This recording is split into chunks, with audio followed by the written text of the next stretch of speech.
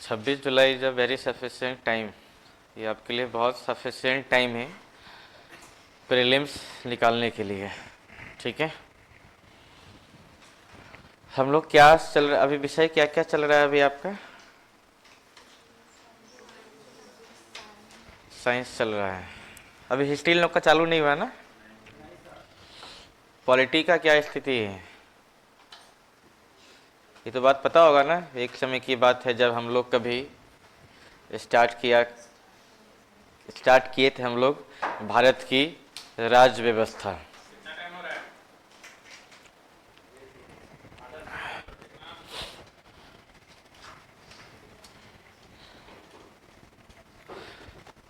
Class के बाद आप लोग रिवीजन किए? क्लास नोट्स पढ़े दोबारा? हाँ,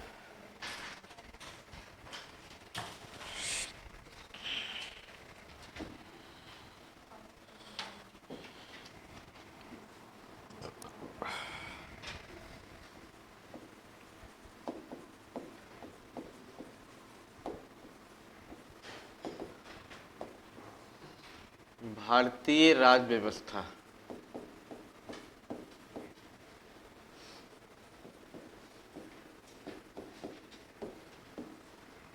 यही टॉपिक चल रहा था आपका?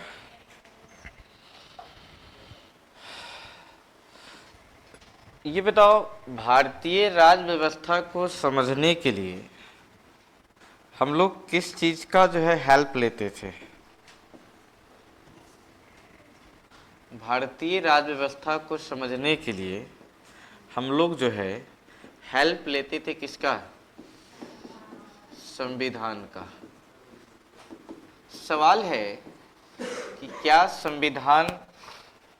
संविधान को थ्रोली हम अध्ययन कर लें तो क्या हम भारतीय राज्य व्यवस्था को शब्दशः क्या व्याख्या कर सकते हैं? राज्य व्यवस्था का मतलब क्या है, पहले समझो इस बात को। मतलब भारत की शासन की प्रकृति, शासन की प्रकृति, नेचर ऑफ गवर्नेंस किसका? इंडिया का। Nature of governance.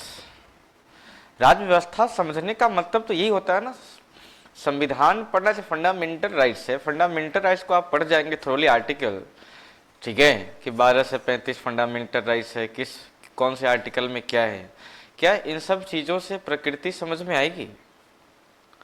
कहा जाता है कि नेचर समझने के लिए जो है ये सिर्फ आपका एक क्या हो सकता है? साधन मात्र क्या हो सकता है? यह साधन मात्र हो सकता है।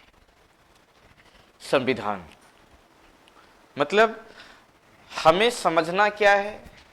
राज्य व्यवस्था मतलब शासन की प्रकृति। और हम पढ़ क्या रहे होते हैं? ऐसा लग रहा है साध्य है हमारा क्या? शासन की प्रकृति, और उसका साधन मात्र है क्या? संविधान। ठीक है, गोल मेरा क्या है? गवर्नेंस समझना है। हमारा गोल संविधान समझना नहीं है। संविधान की रास्ते से हम जो है भारत की शासन व्यवस्था की प्रकृति को हम लोग समझ रहे होते हैं। देखिए क्या होता है कि जब आपके पढ़ने की प्रकृति अगर आपकी ऑब्जेक्टिविटी रहेगी तब तब आपको उत्तर लिखने में समस्या होगी। ठीक है, क्योंकि जब आप मेंस आप लिख रहे होते तब आपको जो है वहां पर आपके पास जो है सब्जेक्टिव नॉलेज होनी चाहिए। ऑब्जेक्टिव नॉलेज से आप जो है मेंस नहीं लिख पाएंगे। ठीक है, वस्तुनिष्ठ ज्ञान से जो है हम लोग नहीं आगे बढ़ सकते हैं। तो कुछ तो ऐसा होगा। तो कहा जाता है भारत की जो शासन की प्रकृति है वह कुछ पिलरों पर क्या होती है? निर्धारित होती है, कुछ मूल्य है। ठीक है, भारत की शासन प्रणाली को समझने के लिए कुछ मूल्य है, जैसे डेमोक्रेसी, क्या बोलेंगे हिंदी में इसे? लोकतंत्र। हाँ, लीजिए प्रजातंत्र। और बताइए, और कुछ लिख दूं क्या? हाँ, जनतंत्र। ये देखिए, यही है जनतंत्र। ठीक है, उसके बाद है आपको समझना होगा यहां पर संसदीय व्यवस्था, संसदीय व्यवस्था। सभी लोग यहाँ पर हिंदी माध्यम, कुछ इंग्लिश माध्यम के भी है क्या? हाँ, इसी को उसमें पार्लियामेंट्री सिस्टम।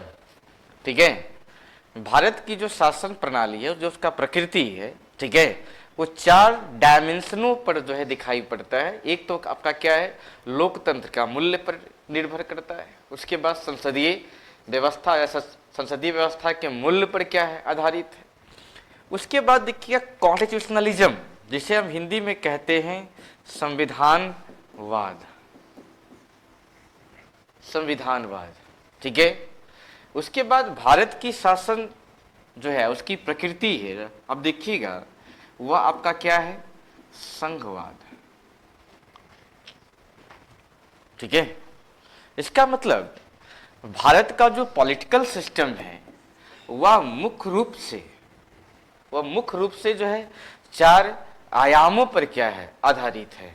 एक आपका क्या है, भारत की शासन व्यवस्था जो है वो कहीं ना कहीं डेमोक्रेटिक वैल्यूज पर क्या है, बेस्ड है। ठीक है, भारत की जो शासन प्रणाली है वो कहीं ना कहीं पार्लियामेंट्री जो वैल्यूज है उस पर क्या है, आधारित है। ठीक है, भारत की जो शासन प्रणाली है वो कहीं ना कहीं क्या है, कॉन्स्टिट्यूशनलिज्म के मूल्य पर क्या है, आधारित है। भारत की जो शासन प्रणाली है वो कहीं ना कहीं क्या है, फेडरलिज्म के मूल्य पर क्या है, आधारित है। ये सब बात समझ में आ रही है आपको? इसमें हम लोग जो है लोकतंत्र के बारे में समझ चुके थे। ठीक है, जैसे सिंपल सा एग्जांपल अगर लिया जाए,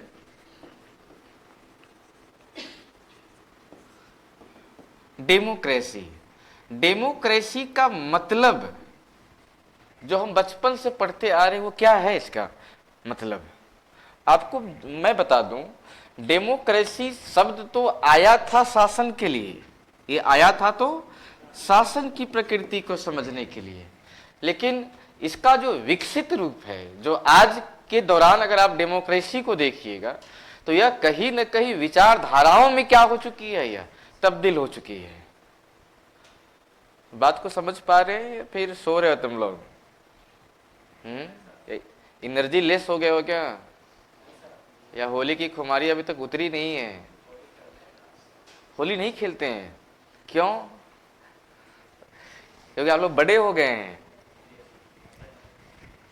देखो, आप अक्सर एक बात हमेशा ध्यान रखो, अपने भीतर की बचपना को कभी मारा मत करो। ये दुनिया बहुत बेवफा है। ठीक है, ये दुनिया पर आधारित मत रहो, अपनी खुशी खुद में ढूंढा करो। और इसके लिए सबसे अच्छा उपागम क्या है, अपने भीतर की बचपना को कभी मत मारा करो। ये सब काम देता है कमीशन की तैयारी में। ठीक है, पढ़ रहे हैं, अब मनोरंजन, सिंपल सी बात है भाई, 2 घंटा पढ़ोगे। देखो, हम लोग रोबोट थोड़ी है भाई कि 4 घंटा का सेट कर दिए, 4 घंटा बाद ही उठेंगे। हो सकता है कोई टॉपिक आधे घंटे बाद ही हमें बोर फील होने लग जाए, तो मैं क्या कर, रोड पर निकल जाऊं घूमने? रोड पर निकल गए, कुछ और देख लिए, आकर दिमाग और डिस्टर्ब हो गया। ठीक है, रोड पर निकल गए, कोई साइकिल से ठोक दिया। अब कितना समस्या है। हम लोग जब तैयारी करते थे यूपीएससी का, ठीक है, तो 7-7 दिन तक हम लोग कभी कमरे से बाहर निकलते नहीं थे। तो क्या हम लोग रोबोट थे क्या? नहीं, मन किया डांस कर लिए, मन किया तो कभी डांस कर लिए, मन किया कभी रो लिए बैठ करके। ठीक है, ये क्या, इसे सेल्फ मोटिवेशन, इस सबका क्या है, हम खुद से खुद को रिफॉर्म कर रहे हैं। कोई और मुझे खुशी प्रदान करेगा, हो सकता है कल होकर कोई हट भी कर सकता है ना। कमीशन में ये सब चलता नहीं है। कमीशन में कॉन्टिन्यूअस मोटिवेशन की आवश्यकताएं होती है। ठीक है, खेल लिया करो। अब जाके मत खेल लेना, होली समाप्त हो चुका है। अब समझिए बात को, कैसे हम कह सके लोकतंत्र के आधार पर। समझिए, यहां पर शासन के स्वरूप के रूप में आया था डेमोक्रेसी। जैसे क्या था, of the people, by the people and for the people. मतलब केंद्र में कौन है? पीपल, जनता। ठीक है, तो ये तो आपका एक क्या है, सरकार चुनने की विधि बता रहा है जो लोकतंत्र में होनी चाहिए, ठीक है। लेकिन डेमोक्रेसी जो है, आप देखिएगा इंडिविजुअल स्तर पर भी लोकतंत्र, इंडिविजुअल स्तर पर, व्यक्तिगत स्तर पर भी लोकतंत्र की क्या हो चुकी है, या लोकतंत्र का विकास जो व्यक्तिगत स्तर पर भी देखी जाती है। उसके बाद है कलेक्टिव, मतलब बोले तो समाज के स्तर पर, सामूहिक स्तर पर, ठीक है। अगर इंडिविजुअल स्तर पर बात करें, व्यक्तिगत स्तर पर लोकतंत्र का क्या मतलब होता है, जब आपको जांचना हो कि आप लोकतांत्रिक मूल्य रखते हैं या नहीं, तो यह चीज कैसे निर्धारित होगी, आप तो शासक हो नहीं है, ठीक है। तो व्यक्तिगत लोकतंत्र का मतलब होता है किसी दूसरे के विचार को क्या करना, सम्मान करना, दूसरे के विचार को सम्मान देना। ऐसा नहीं कि कोई अपना ओपिनियन रख रहा है, रामपुरी निकाले और, समझ रहे हैं बात को। अब बताइए, यह जो है व्यक्तिगत स्तर पर यह जो प्रकृति है, क्या ये लोकतांत्रिक प्रकृति है? यह नहीं। व्यक्तिगत स्तर पर लोकतंत्र को अगर देखना हो तो वह क्या है कि आप दूसरे के विचारों को आप सम्मान कर रहे हो, ठीक है। तो सोशल स्तर पर लोकतंत्र का क्या मतलब होता है, जिस समाज में डिस्क्रिमिनेशन ना हो, डिस्क्रिमिनेशन मतलब क्या नहीं, विभेद ना हो, जैसे कास्ट के स्तर पर, रिलीजन के स्तर पर, प्लेस ऑफ बर्थ के स्तर पर, जेंडर के स्तर पर, इस प्रकार का जब डिस्क्रिमिनेशन आपके समाज में नहीं होता है, तब आप कहते हैं कि आपका समाज क्या है, लोकतांत्रिक समाज। आप देखिए ना, आपके संविधान में भी ये तीनों ही लोकतंत्र का जो है स्वरूप दिखाई पड़ रहा होगा। जो आप कहते हो शासन के स्तर पर, भाई वो तो आपको पार्ट 5 में दिखाई पड़ेगा कि हम अपने शासक को, चाहे वो राष्ट्रपति के रूप में है, प्रधानमंत्री के रूप में है, जो वोट करते हैं डायरेक्टली, कभी इनडायरेक्ट हम वोट कर रहे होते हैं, ठीक है। तो जो आप शासन की प्रकृति पढ़ते हो संविधान में भाग 5 के बाद, ठीक है, तो ये लोकतंत्र का स्वरूप तो सिर्फ और सिर्फ क्या दिखाता है, शासन के स्तर की बातें कर रहा है, ठीक है। तो व्यक्तिगत एवं सामूहिक कहां पर है, फंडामेंटल राइट्स आकर देख लीजिए आप। फंडामेंटल राइट्स में क्या लिखा गया है, state has not discriminate on the basis of caste, religion, place of birth, gender. इसका मतलब फंडामेंटल राइट्स जो है वो कहीं ना कहीं किस विचार पर आधारित है, वह डेमोक्रेटिक वैल्यूज पर ही क्या है, आधारित है। फंडामेंटल राइट्स जो है वो डेमोक्रेटिक तो है ही, डेमोक्रेटिक वैल्यूज पर आधारित तो है ही। किस प्रकार की डेमोक्रेटिक वैल्यूज पर बेस्ड है यह सोशल डेमोक्रेसी का क्या है, यह एक उदाहरण है। तो बोलते हैं कि अगर लिखने चलते हैं मेरे पास शब्द समाप्त हो जाते हैं, क्यों? क्योंकि आप मौलिक अधिकार को सिर्फ मौलिक अधिकार के रूप में ही व्याख्या करने चलोगे, या तुम्हारे पास आर्टिकल 12 से लेकर के 35 तक ही क्या होंगे, शब्द मिलेंगे, इससे बाहर शब्द समाप्त हो जाएंगे, पेन आपका रुक जाएगा, ठीक है। लेकिन जरा सोचिए कि अगर हम मौलिक अधिकार पर कुछ टिप्पणियां करने चलें, अगर हम इस तरह से टिप्पणी करते हुए चले लोकतंत्र के आधार पर, तो सिर्फ लोकतंत्र के आधार पर ही है नहीं, संसदीय व्यवस्था पर भी है, ठीक है। संसदीय व्यवस्था पर कैसे समझे हम, ठीक है, तब बात को समझ लीजिए। संसदीय व्यवस्था, अब एक चीज मैं आपको सिखाता हूं, गवर्नेंस, डेमोक्रेटिक गवर्नेंस जो है पूरे विश्व में जहां जहां पर डेमोक्रेसी है वहां की शासन चलती है या तो एजुकेटिव सिस्टम से, या तो चलती है पार्लियामेंट्री सिस्टम से। बात को समझिएगा यहां पर। पहली बात, educative system and parliamentary system, ये आपका क्या है, यह शासन करने की विधि है। किस प्रकार की शासन, लोकतांत्रिक या डेमोक्रेटिक गवर्नेंस की एक क्या है, यह एक प्रक्रिया है। विश्व में जितने भी लोकतांत्रिक देश हैं सभी जगह या तो एजुकेटिव सिस्टम चल रहा है या तो फिर पार्लियामेंट्री सिस्टम चल रहा है, ठीक है भाई। लेकिन हमारा जो संविधान सभा है वह एजुकेटिव के बदले क्या चुना है, वह पार्लियामेंट्री सिस्टम चुना है। तो आखिर कुछ तो बेसिक अंतर होगा इन दोनों में, ठीक है। तो आप समझ लीजिए बेसिक अंतर क्या है। जैसे मान लिया जाए एजुकेटिव सिस्टम अभी कहां चल रहा है, यूएसए में, यूनाइटेड स्टेट ऑफ अमेरिका में। पार्लियामेंट्री सिस्टम अभी कहां चल रहा है, एक तो आपका क्या है, भारत है ही, और भारत लिया कहां से है, इसको यूके से लिया है। ये तो आपका एक फैक्ट ही तो है, ठीक है। तो दोनों की गवर्नेंस में अंतर क्या है, यहां पर जो क्या है यूएसए का शासन मॉडल देखिएगा, आपको मैं पढ़ा रखा हूं पहले भी। शासन करने के लिए कितने एलिमेंट चाहिए, 3 एलिमेंट, एजुकेटिव, लेजिस्लेटिव एंड आपका क्या है, जुडिशरी। किसी भी प्रकार की शासन होगी, चाहे मोनार्किस्ट हो सकता है या लोकतांत्रिक हो सकता है, किसी भी प्रकार की शासन को चलाने के लिए ये 3 एलिमेंट तो होने ही चाहिए, ठीक है। तो फिर हम अंतर स्पष्ट कैसे करते हैं, जब हम देखते हैं कि ये तीनों ही पावर किसी एक संस्था में क्या होता है, वह एक संस्था में सम्मिलित होता है, तब ऐसी शासन व्यवस्था किस रूप में दिखाई पड़ता है, या मोनार्किस्ट दिखाई पड़ता है। इसका मतलब एक ही व्यक्ति कानून भी बना रहा है, वही व्यक्ति उसका इंप्लीमेंटेशन भी, और वही व्यक्ति जस्टिस भी कर रहा है। मतलब यहां पर सेपरेशन ऑफ पावर की कोई गुंजाइश दिखाई नहीं पड़ती है। जहां पर लोकतांत्रिक शासन होगा वहां पर क्या होगा, ठीक इसके विपरीत क्या होगा, यहां पर सेपरेशन ऑफ पावर होगा। क्या होगा, यहां पर सेपरेशन ऑफ पावर होगा। इसका मतलब जब पावर का centralization equal to monarchist and separation of power equal to democracy, यही तो होगा। इसका मतलब लोकतंत्र का जो मूल्य है, लोकतंत्र का जो मूल्य है वो किस प्रकार की शासन पर आधारित है, सेपरेशन ऑफ पावर के मूल्य पर क्या है, आधारित है। क्यों नहीं हम पावर का सेंट्रलाइजेशन हम चाहते तो पावर का सेंट्रलाइजेशन भी तो हो सकता था। हाँ हुआ है ना भाई, नॉर्थ कोरिया में क्या है, पावर का सेंट्रलाइजेशन ही तो है।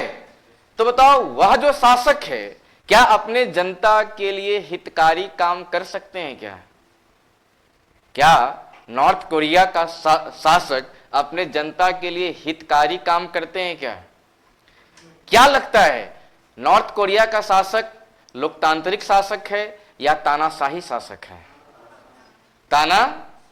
ये बताओ। वहां का जो शासक है जनता चुनकर भेजता है या वहां पर हेरेडिटरी सिस्टम चल रहा है वहां पर।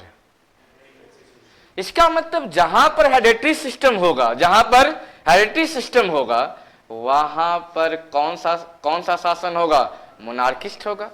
जहां पर मोनार्किस्ट होगा वहां पर पावर का क्या होगा, सेपरेशन होगा या सेंट्रलाइजेशन होगा, ये बताओ। जहां पर पावर का सेंट्रलाइजेशन होगा, ये बताओ वह शासक हितकारी होगा, वेलफेयर स्टेट होगा या डिक्टेटरशिप हो सकता है, वह डिक्टेटरशिप हो सकता है। ये बताओ ऐसे सरकार को हम सीमित सरकार कहते हैं या असीमित सरकार कहते हैं।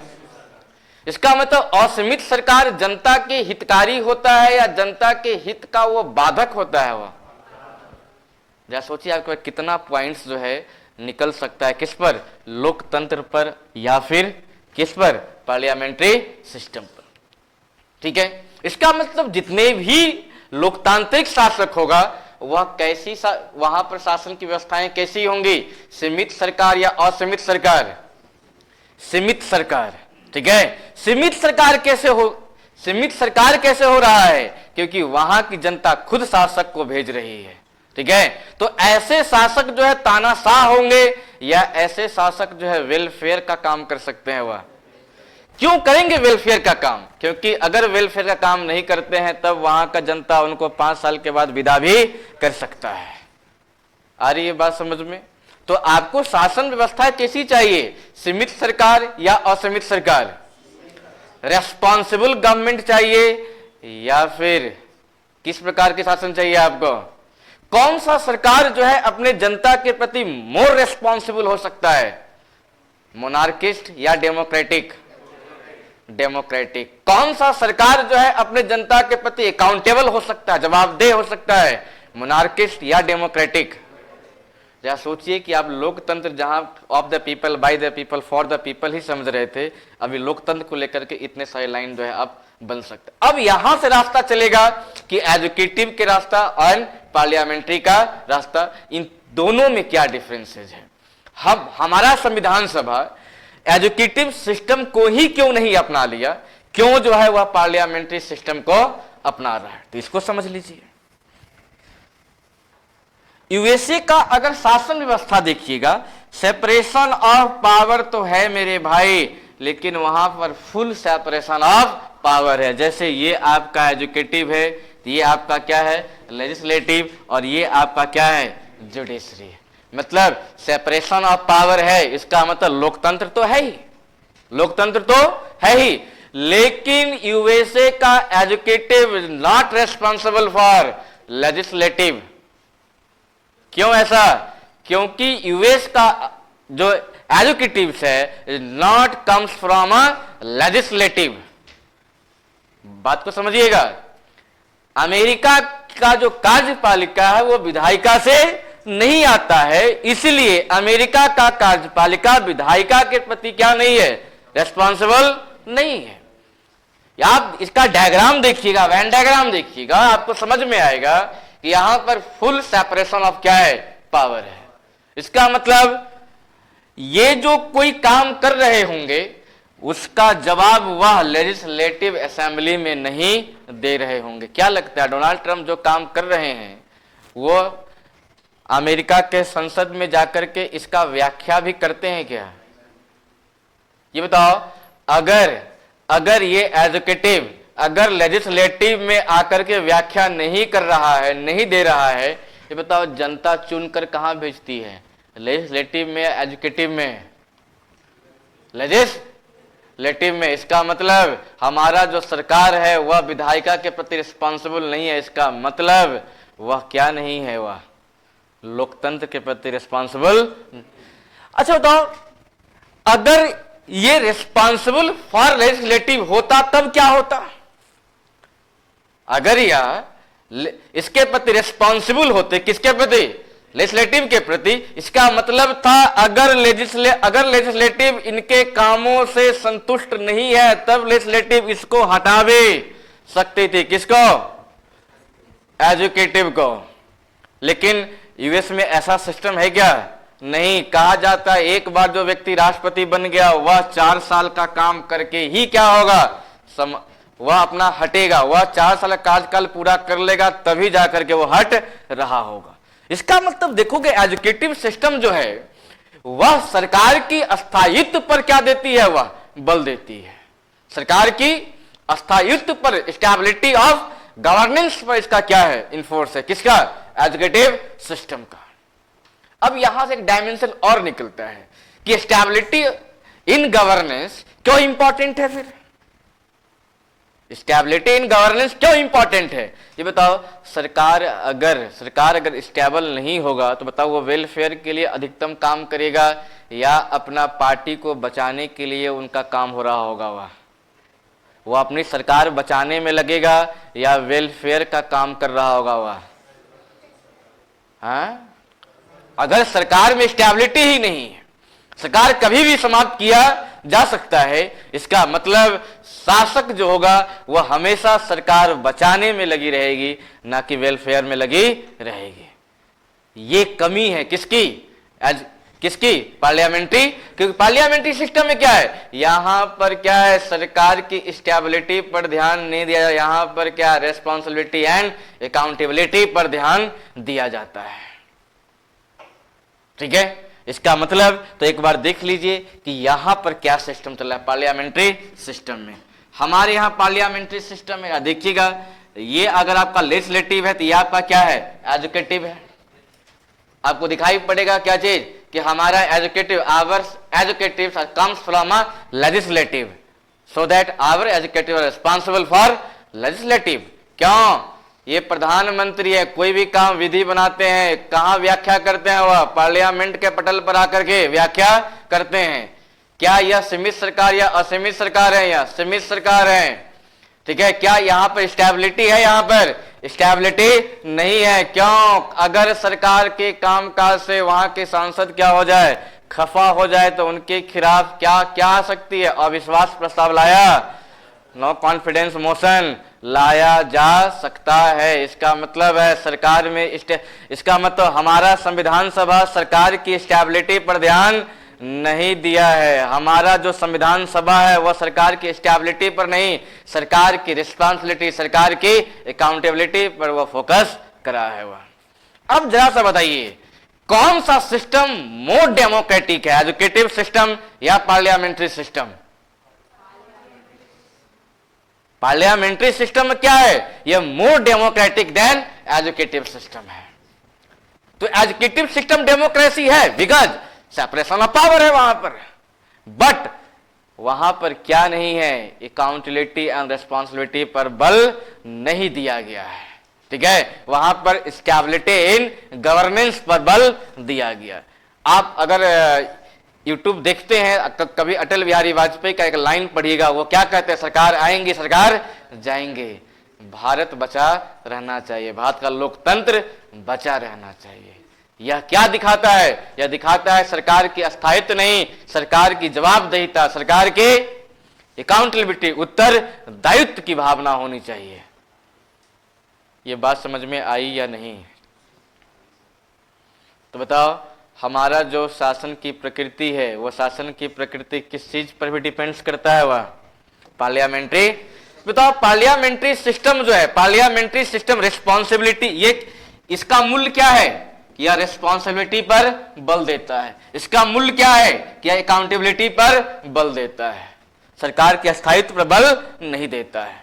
अगर रिस्पॉन्सिबिलिटी एंड अकाउंटेबिलिटी है तो क्या यह 5 साल पर नहीं, per day responsibility and accountability पर काम करती है। क्यों? किसी भी वक्त जो है नो कॉन्फिडेंस मोशन लाकर सरकार गिराई जा सकती है।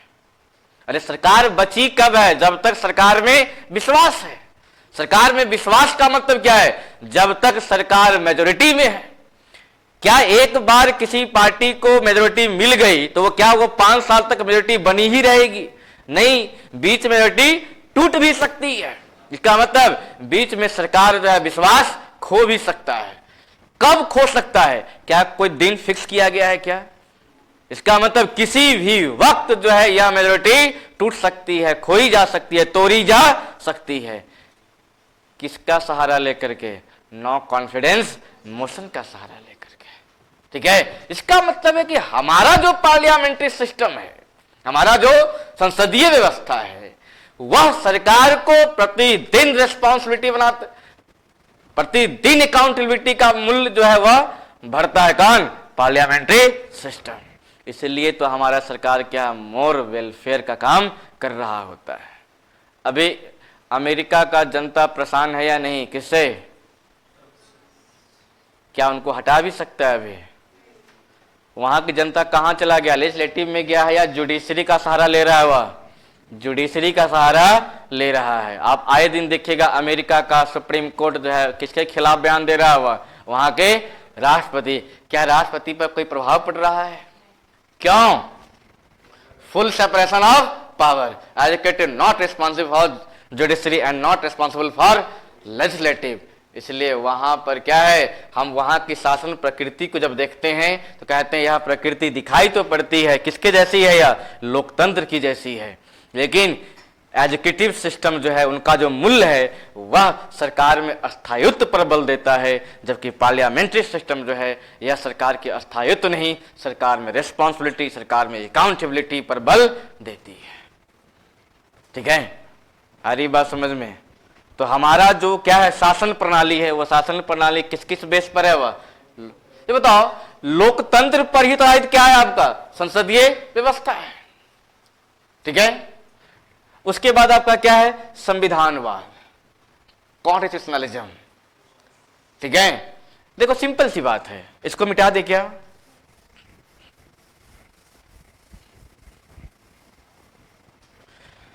देखिए आपको जान करके हैरानी होगी कि कोई भी राज्य जो है बिना संविधान का शासित नहीं होता है। क्यों? संविधान के बारे में हम लोग पहले ही पढ़ चुके कि व्हाट इज कॉन्स्टिट्यूशन। कॉन्स्टिट्यूशन क्या है? A set of fundamental rule और रेगुलेशन, यही तो कॉन्स्टिट्यूशन है। कॉन्स्टिट्यूशन का मतलब क्या होता है? संविधान का मतलब क्या है? कि मूलभूत विधियों के समूह को ही तो हम क्या कहते हैं, संविधान कहते हैं। इसका मतलब कोई भी राज्य व्यवस्था को चलाने के लिए जिस नियम कानून की आवश्यकताएं पड़ती हैं, वही नियम कानून जो है किस नाम से जानी जाती है? क्या लगता है, आपका परिवार बिना नियम कानून चलता है क्या? आपका स्कूल, कॉलेज, कोई भी शासन प्रणाली जो है बिना नियम कानून का नहीं चल सकता है। चाहे वह मोनार्किस्ट हो, लोकतांत्रिक हो, किसी भी प्रकार के शासन हो, संविधान तो होगा ही होगा। फिर अंतर क्या है? अंतर है, समझ देखिए यहां पर, जहां पर सरकार किससे बड़ा हो जाए भाई, संविधान से क्या हो जाए, बड़ा हो जाए, तब यह क्या कहलाता है, मोनार्किस्ट। ठीक है। और जब सरकार किसके नीचे रहे भाई, किसके नीचे? सरकार शासन तो कर रही है, लेकिन संविधान की दृष्टिकोण, संविधान को मुख्य या संविधान को केंद्र में रखकर शासन कर रही है। इसका मतलब है क्या चीज? लोकतंत्र का यह क्या है, परिचायक है। ये बात समझ में आ रही है? दोनों में क्या अंतर है? दोनों में संविधान है भाई, दोनों में क्या है, संविधान है। लेकिन कहीं पर संविधान से बड़ा क्या हो गया आपका, कहीं पर सरकार संविधान के सहारे चलता, जहां पर क्या हो, शासन, या जहां पर सरकार जो है संविधान का सहारा लेकर शासन कर रहा हो। ठीक है, यह क्या हो गया, लोकतंत्र। और लोकतंत्र का यह कैसा परिचय है भाई, संविधानवाद का। संविधानवाद का मतलब क्या है ये बताओ? कहां पर असीमित सरकार होगी बताओ, ये बताओ। सीमित सरकार का एग्जाम्पल है क्या? क्या ये सीमित सीमित सरकार का एग्जाम्पल है क्या? ये यहां पर सरकार क्या है, सीमित या असीमित? कहां पर सरकार सीमित हो जाती है? जहां पर संविधान क्या हो, ऊपर, और सरकार क्या हो।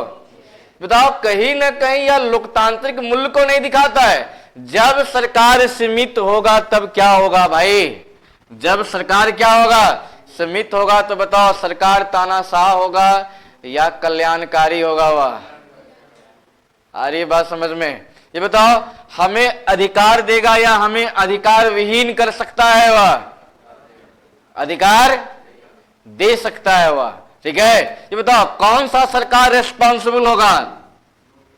इसका मतलब जहां पर लोकतंत्र की क्या होती है, ऐसी पद्धति दिखाई पड़ती है। यही सब चीजें क्या है, आपका संविधानवाद है, कॉन्स्टिट्यूशनलिज्म है। ठीक है, क्या लगता है, हमारा जो प्रधानमंत्री है संविधान से बड़ा है क्या? क्या हमारा राष्ट्रपति संविधान से बड़ा है? नहीं। तो क्या हमारे यहां संविधानवाद है या नहीं है? हमारे यहां संविधानवाद भी है।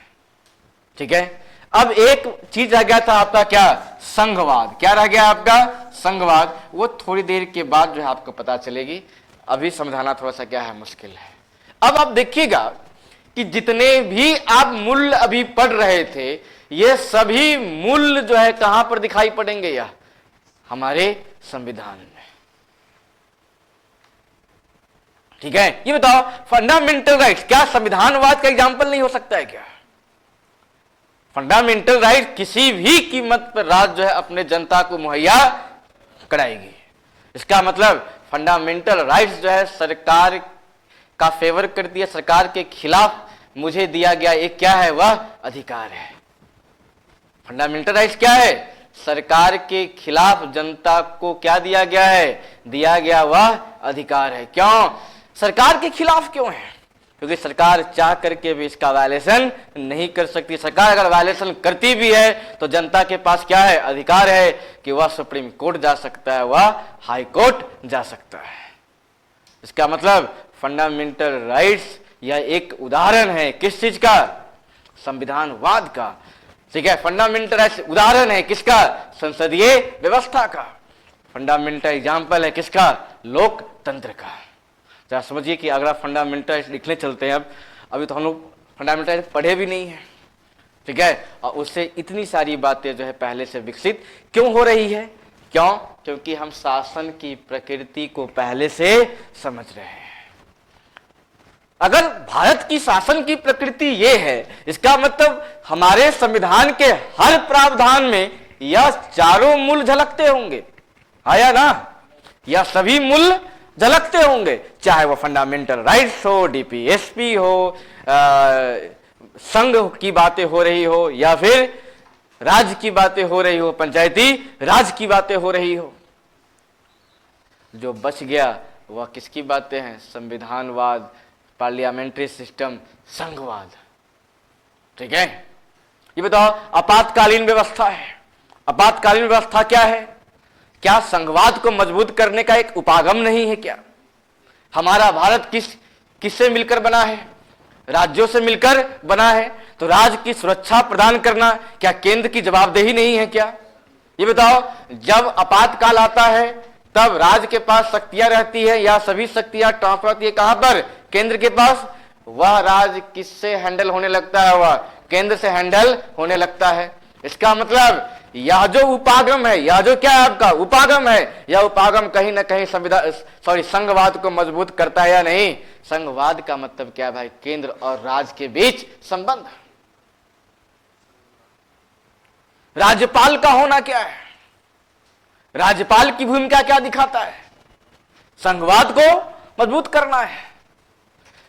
ये सब फंडामेंटल चीज को आप पहले से जानिएगा नहीं, तब उत्तर लिखने में समस्या आपको होगी। ठीक है, क्या लगता है अगर हम मौलिक अधिकार के सिर्फ आर्टिकल पढ़े होते तो क्या इन सब चीज की व्याख्या हम कर पाते? क्या नहीं कर पाते। ठीक है, इसलिए पेन आपका रुकता कब है? जब आप किसी भी चीज का होलिस्टिक नॉलेज नहीं रखते हो। हम लग जाते हैं राजव्यवस्था पढ़ना, लग गए संविधान पर। संविधान पढ़ लेने से कुछ हो नहीं जाएगा। संविधान क्यों पढ़ रहे हैं? इसकी शासन प्रकृति क्या है? हमारे संविधान पर किस किस मूल्य का क्या है प्रभाव है? क्या हम ये नहीं कह सकते हैं कि भारत का जो संविधान है वह लोकतांत्रिक मूल्य, संसदीय व्यवस्था, संविधानवाद, संघवाद के मूल्य पर क्या है? आधारित है। कभी संविधान की विशेषता लिखने पर आ जाए तब? हमारे संविधान की विशेषता ही तो है क्या चीज? संविधानवाद। व्यवस्था ही तो है संघवाद। क्यों? आपातकालीन व्यवस्था हम कहां पढ़ रहे थे? संविधान में ही तो पढ़ रहे थे। ठीक है, ये बताओ सरकार को सीमित कर रहा है कौन सा आर्टिकल? आर्टिकल 32। ये हमारा कहां पर है? संविधान में ही तो है। इसका मतलब हमारा जो संविधान है वह किस किस मूल्य पर आधारित है? लोकतांत्रिक मूल्य पर, संसदीय व्यवस्था पर, और किस पर? संविधानवाद पर, और किस पर? संघवाद पर। इसलिए जब भी आप उत्तर लिखने चले और कभी भी समस्या निष्कर्ष लिखने पर, तो आप निष्कर्ष भी कहां से लिख सकते हैं? इन चार मूल्य अगर आपको पता है तो आप व्याख्या करने के बाद आप इसको जो है इसका सहारा लेकर के आप निष्कर्ष लिख सकते हैं। निष्कर्ष लिखने में समस्या कहां आती है? समस्या यही तो आती है कि हमें यही नहीं पता होता है कि हमारी शासन की प्रकृति कैसी है, किस मूल्य पर आधारित है। आ रही बात समझ में? लास्ट क्लास कहां तक चला था?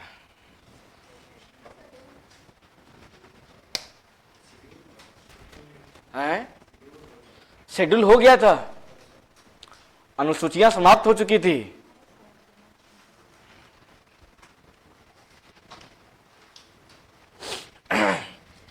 ये बताओ संविधान को कितने मुख्य भागों में बांट सकते हैं? 3 भागों में। क्या है? प्रियम्बल। ठीक है, प्रियम्बल से आगे जब आप जाएंगे क्या मिलेगा? पार्ट मिलेगा। फिर आपको क्या मिलेगा? आर्टिकल्स। और सबसे लास्ट में क्या मिलता है? शेड्यूल्स मिलता है। ठीक है, ये बताओ संविधान में प्रियम्बल हो चुका है या नहीं? हो चुका है। अनुसूची हो चुकी है। अब रह क्या गया आपका? पार्ट्स पढ़ने हैं, संविधान के भाग पढ़ने हैं। ठीक है, ये बताओ अगर आपसे सवाल अभी पूछ ले कि हम संविधान क्यों पढ़ते हैं, तो क्या हम बता सकते हैं कि भारत की शासन की प्रकृति समझने के लिए? क्या हम बोल नहीं सकते हैं क्या? अगर आपसे पूछ ले कि हम संविधान क्यों पढ़ते हैं, व्हाई वी स्टडी कॉन्स्टिट्यूशन, किस लिए पढ़ते हैं? फॉर नेचर समझने के लिए। किसकी? इंडियन गवर्नेंस की। अगला सवाल दाग दे आपसे, तो क्या नेचर है हमारा जो शासन व्यवस्था का नेचर क्या है? लोक डेमोक्रेटिक। क्या नेचर है? पार्लियामेंट्री। क्या नेचर है? संविधानवाद, कॉन्स्टिट्यूशनलिज्म। क्या नेचर है? फेडरलिज्म, संघवाद। फिर आपसे पूछ ले कि संविधान पढ़ने से क्या हम ये सब प्रकृति को समझ सकते हैं? हाँ, क्यों? क्योंकि ये सारे प्रकृति पर ही आधारित है हमारा संविधान। हमारे संघ की विशेषता क्या है? हमारा संविधान भारत को क्या बनाती है? लोकतांत्रिक बनाती है। आ रही बात समझ में? अगर आप प्रियम्बल पढ़े हैं अच्छे ढंग से, तो हम क्या पढ़ रहे थे? हम भारत के लोग भारत को किस रूप में देखना चाहते हैं? लोकतांत्रिक, गणराज, संप्रभु, पंथ निरपेक्षता, ये सब हमारी क्या है? प्रकृति ही तो है। देखो यार, एक दिन पढ़ लेने से कुछ नहीं होता है। कमीशन का मतलब क्या है? डे बाय डे, बूंद बूंद से क्या बढ़ती है? तालाब बढ़ती है। और कुछ भी चीज पढ़िए तो आपको यह पता होना चाहिए कि आप पढ़ क्यों रहे हैं। आप कुछ भी संविधान का कोई भी प्रावधान को पढ़िए, आप देखिए उन चारों मूल्य में से यह किस मूल्य पर आधारित है। भाग 1 है, देख लीजिए, क्या ये पार्लियामेंट्री सिस्टम पर है? अगर नहीं तो क्या डेमोक्रेटिक सिस्टम पर है? अगर नहीं तो क्या संविधानवाद पर है? अगर नहीं तो क्या यह संघवाद पर है? किसी न किसी मूल्य पर क्या होगा? यह आधारित होगा। भाग 2 फिर वही है, भाग 3 फिर वही है, भाग 4 फिर वही है। ठीक है, इसका मतलब जब हमारा संविधान का विशेषता ही यही है, तो हर प्रावधान से इन्हीं चारों, या तो चारों विशेषता होगा या इन चारों में से कोई एक हो सकता है। यही तो होगा। अब देखो, इन्हीं प्रावधानों में से एक प्रावधान है आपका पार्ट 1। क्या आपका? पार्ट 1। ठीक है, देखिए, जो नए स्टूडेंट हैं मैं उनको समझा दूं, या जो संविधान का डिवीजन देख रहे हैं, यह डिवीजन कुछ और नहीं, यह as like a book books खरीदे हैं कभी आप लोग? बुक पलट कर देखे कभी? तो कौन कौन जो है पहली बार क्लास कर रहे हैं हमारा? बुक, न्यू बुक कभी खरीदे हैं? ठीक है, जब किताब को खरीदे होंगे तो मुख्य पृष्ठ जब आप पलटते हैं तो आपको पहला जो है क्या दिखाई पड़ता है? लेटर नुमा कुछ संदेश दिखाई पड़ता है। लेखक कुछ लिख रहा होता है। ठीक है, कभी उस लेटर को पढ़ने की कोशिश करा आपने? नहीं। आज जाके पढ़िएगा, उसमें 2 चीज आपको दिखाई पड़ेगा। लेखक का ऑब्जेक्टिव्स क्या है वो किताब लिखने के पीछे, उसके बाद उस किताब का फीचर, ऑब्जेक्टिव्स प्लस फीचर, उस किताब की विशेषताएं क्या है। ठीक है, उसके बाद जब आप लेटर नुमा संदेश पढ़ कर जब आप साइड करते होंगे, तब आपको चैप्टर नेम मिलता होगा। चैप्टर नेम, चैप्टर नंबर भी होता है उसमें, पेज नंबर भी होता है। नहीं होता है? Part 1, part 2, part 3। Part 1 Birbal की खिचड़ी। हर्षिकार दीर्घिकार पे ध्यान नहीं देना है। मैं बहुत शर्मिंदगी महसूस करता हूं, मुझे हिंदी उतनी अच्छी नहीं आती जितनी आपको आती है। और मैं आपको हिंदी पढ़ाने नहीं, मैं आपको राज्य व्यवस्था समझाने आया हूं। हाँ, लेकिन जो हिंदी माध्यम के विद्यार्थी है, मैं उनको हिदायत दे दूं, जब भी आप भूमिका लिखें, शुद्ध लिखने का प्रयास करें। अशुद्धियां अगर होगी नंबर कटेंगे। ठीक है, तो कम से कम भूमिका एंड निष्कर्ष पर थोड़ा सा ध्यान दीजिएगा। किस पर? अशुद्धियों पर, कि अशुद्धि ना हो। मतलब बीरबल की खिचड़ी, पार्ट 1 बीरबल की खिचड़ी। पेज नंबर, कुछ तो पेज नंबर होगा, मैं 2 से लेकर के 8 तक। आप इससे क्या समझते हैं कि बीरबल की खिचड़ी से संबंधित जो भी बातें लिखी गई होंगी, वो बातें कहां से कहां तक होंगी? आप किसी फ्रेंड को क्या समझाएंगे कि अगर आपको बिल खिचड़ी पढ़ना हो तो चैप्टर नंबर 1 पढ़ लेना, या फिर पेज नंबर 2 से लेकर के 8 पढ़ लेना। उसके बाद जब आप पूरा कहानियां पढ़ लेते थे, तब आपको कुछ ग्लॉसरी मिलता था, शब्दावली। वह शब्द होते थे कि जो अलग अलग चैप्टर में आते थे, उसको एक जगह लिख करके शब्दार्थ कर दिया जाता है। ठीक हमारा संविधान भी इसी प्रकृति पर के आधारित है। अच्छा, तो संविधान लिखने वाले कोई एक व्यक्ति थे क्या? तो यहां पर एक लेखक की नहीं, कॉन्स्टिट्यूएंट असेंबली का ऑब्जेक्टिव है, जिसे हम क्या बोलते हैं? प्रियम्बल। संविधान सभा की क्या है? वह उद्देशिका है। हिंदी में बोलते हैं ना भाई उद्देशिका, इसे क्या बोलते हैं? Objective resolution of our constituent assembly. नहीं बोलते हम किसके बारे में? प्रियम्बल के बारे में। ठीक है, तो वहां पर यहां पढ़ते हैं एक लेखक, वहां पर एक लेखक नहीं कई लेखक है, इसलिए हम क्या बोलते हैं? संविधान सभा बोलते हैं। जिस प्रकार कहानी किताब में चैप्टर बटा होता है, उसका हमारे संविधान में भी क्या है? चैप्टर्स बटे। वहां पर चैप्टर नंबर बोलते हैं, यहां पर हम क्या बोलते हैं? पार्ट नंबर बोलते हैं। मेरी गला थोड़ी खराब हो गई है, मेरी आवाज भी ऐसी ही है। अगर आपको हैबिट हो गई हो स्वीट वॉइस सुनने की, ठीक है, तो मैं क्या कह सकता हूं? अफसोस ही जाहिर कर सकता। मेरी आवाज कौवे से, कौवे की क्या है, समान है। और ये कोशिश एक ये भी कीजिएगा कि वीडियो, ये नहीं कि वीडियो शूट होता है तो हम बाद में वीडियो देख लेंगे, इस पर भरोसा नहीं कीजिएगा, क्योंकि मेरी भी वीडियो हमें ही बोरिंग लगती है, तो मुझे लगता है आपको ये वीडियो कितनी बोरिंग लगती होगी।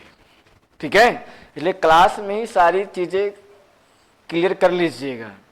क्लास में अगर शर्मिंदगी महसूस होती हो तो हम ऑफिस में भी जिंदा ही बैठे रहते हैं, तो आप वहां भी जो है सवाल जवाब कर लीजिएगा। सवाल पूछने की क्या है? आजादी है, लेकिन तौर तरीके होने चाहिए। ठीक है, ये नहीं कि सूत के उठे आया सर बताइए। इस तरह का आप अधिकारी बनने चले हैं तो अधिकारी का गुण भी आप में झलकना चाहिए। मुझे ऐसा महसूस ना हो कि मैं किसी चपरासी को पढ़ा रहा हूं। हैं?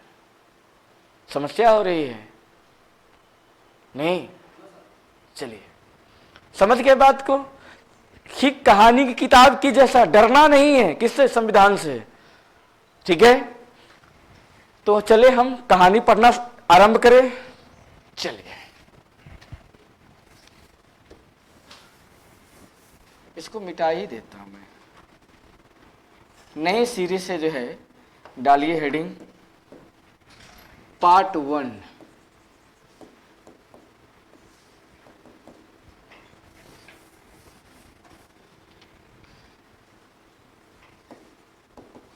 यूनियन एंड देयर, ये लिखे नहीं है, ये टेक्निकल फेल्योर है।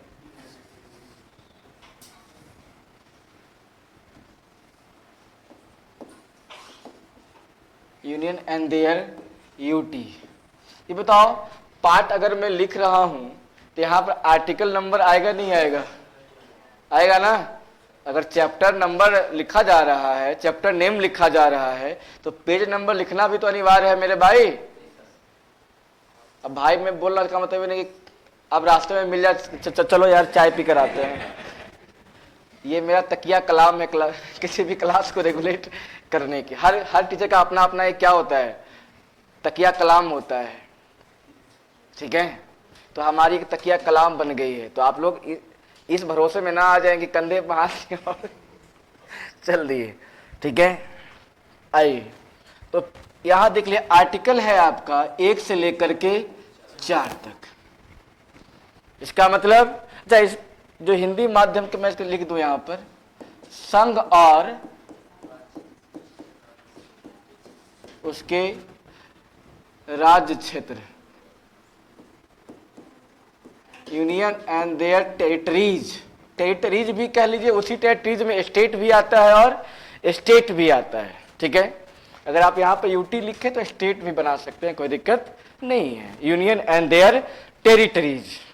ठीक है, संघ और उसके राज्य क्षेत्र। देखिए, जो जिनका उद्देश्य मात्र पीटी क्वालिफाई करना है, मेंस क्वालिफाई की पहले पीटी होंगे कुछ लोग यहाँ पर कि पहले पीटी पास कर ले बुआ तब मेंस में हाथ लगा बुआ। तो पहली बात है, आप लोग इस मेंटालिटी को आप लोग दूर रख दीजिए। ठीक है, पीटी पास कर बुआ ना, पहले मेंस पर फोकस कीजिए। हाँ, जब 3 महीने का समय जब रह जाए एग्जाम का, तब आप मेंस को साइड कर करके आप जो है प्रीलिम्स पर आप लग जाएं।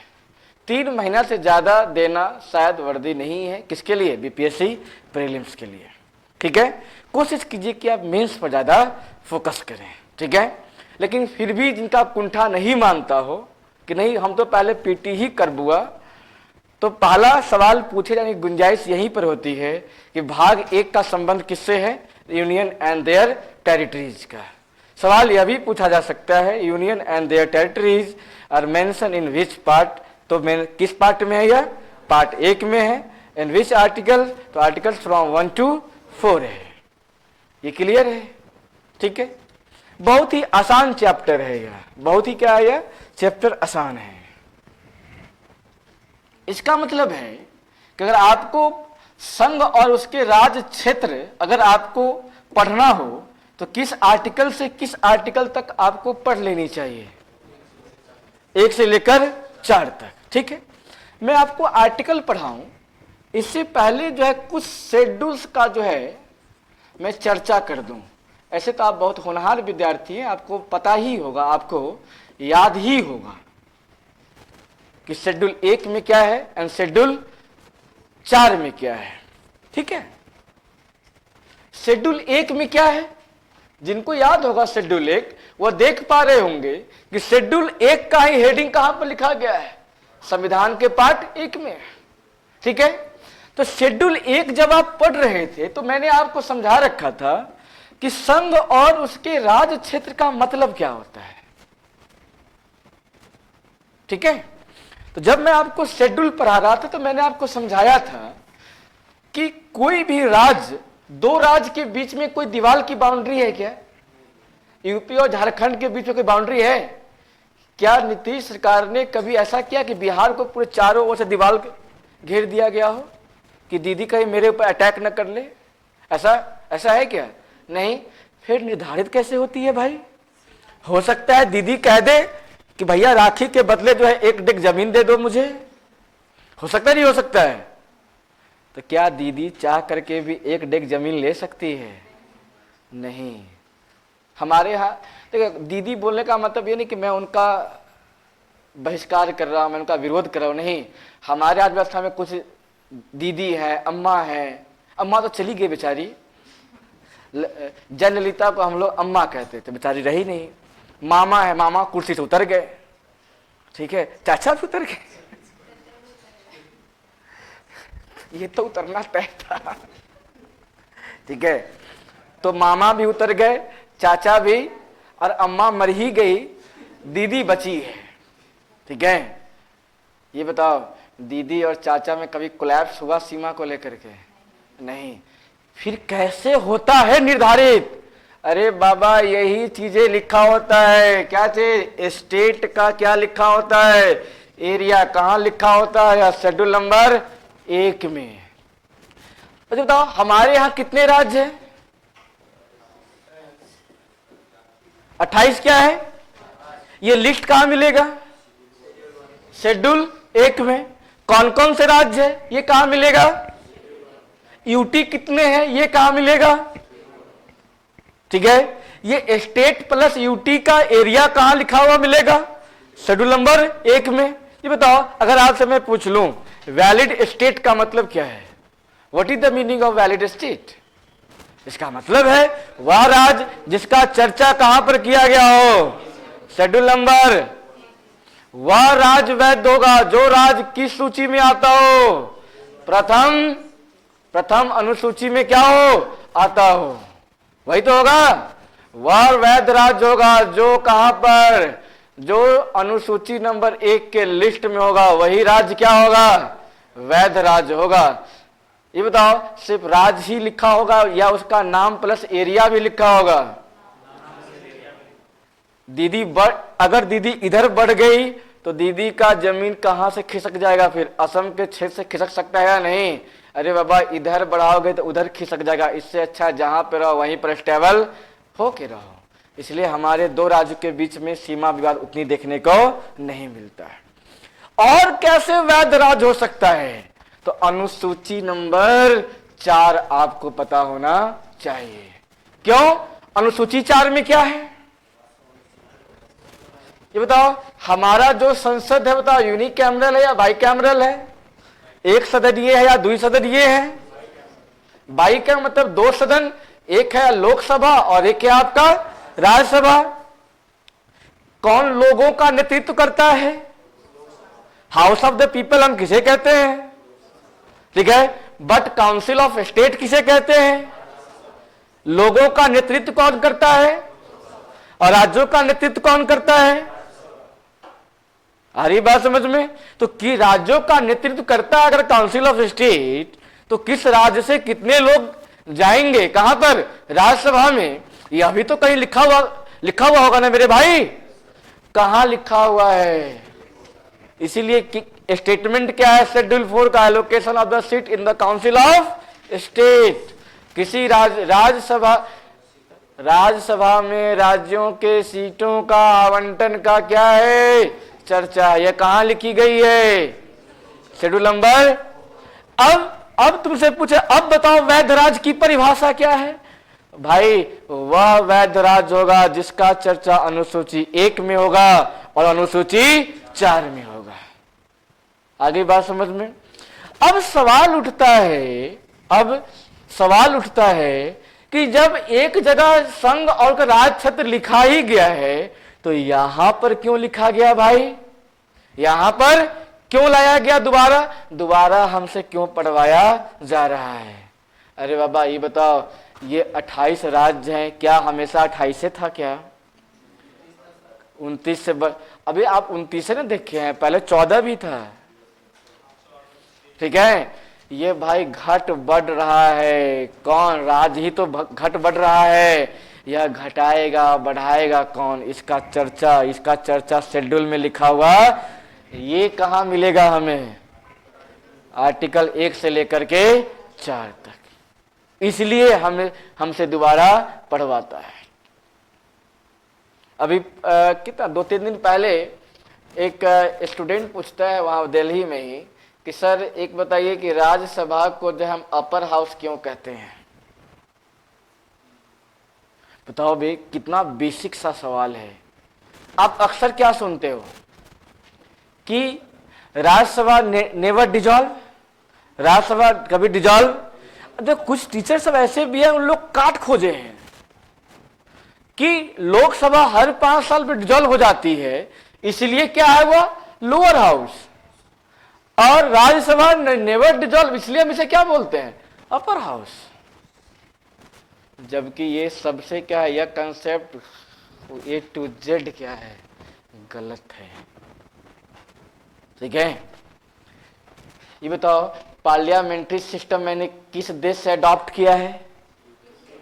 यूके से। यूके में यूके के पार्लियामेंट भी क्या है? बाई कैमरल है। ठीक है, बाई कैमरल में कौन कौन सा हाउस वहां पर आता है? एक हाउस ऑफ वहां पर क्या है? House of Lord. House of Lord भी तो है वहां पर। लॉर्ड का मतलब क्या होता है? लॉर्ड का मतलब क्या होता है? इंसान या देव? देवता का घर कौन है? ये ब्रिटेन में एक प्रचलन था हाउस ऑफ लॉर्ड को क्या बोलने का? अपर हाउस बोलने का। आ रही बात समझ में? इसलिए यह प्रचलन भी मैंने क्या कर लिया था? एडॉप्ट कर लिया था। ठीक है, इसलिए गलती से आप ऐसा बोल मत बैठे कि राज्यसभा कभी क्या बोलते हैं विघटित नहीं होता, इसलिए राज्यसभा क्या है? अपर हाउस है, उच्च सदन है। इसलिए नहीं, बिकॉज हम लोग पार्लियामेंट्री सिस्टम एडॉप्ट किए हैं। किससे? यूके से। एंड यूके के पार्लियामेंट में 2 सदन है, जिसमें एक का नाम क्या है? House of Lord. लॉर्ड का मतलब क्या होता है? ईश्वर। ठीक है, तो इस हाउस को क्या वहां पर एक ट्रेंड चल गया। कौन सा ट्रेंड? अपर हाउस कहने का, upper house of the parliament. इसलिए हम भी यहां पर राज्यसभा को क्या बोल बैठते हैं? Upper house. ठीक है भाई, अब आ जाइए भाग 1 में। देखिए भाग 1 में आर्टिकल क्या है? 1 से लेकर के 4 तक। इंडिया पहला जो आर्टिकल है वो क्या कहता है? India that is Bharat, Bharat अर्थात इंडिया भारत अर्थात इंडिया, जो क्या होगा, जो राज्यों का संघ होगा। India that is Bharat shall be a union of state.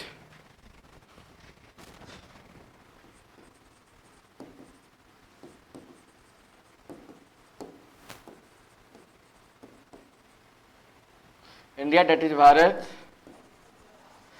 shall be a union of state।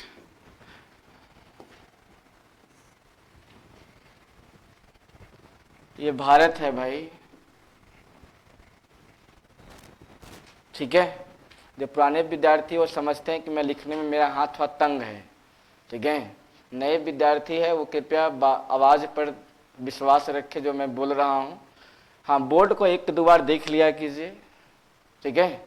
मैं लिखने में बहुत आलसी आदमी हूँ, ठीक है, इसलिए जो मैं कह रहा हूँ उसको उस पर ध्यान दीजिएगा। India that is Bharat shall be a union of state. देखिए, इसको पढ़ने का दो तरीका है।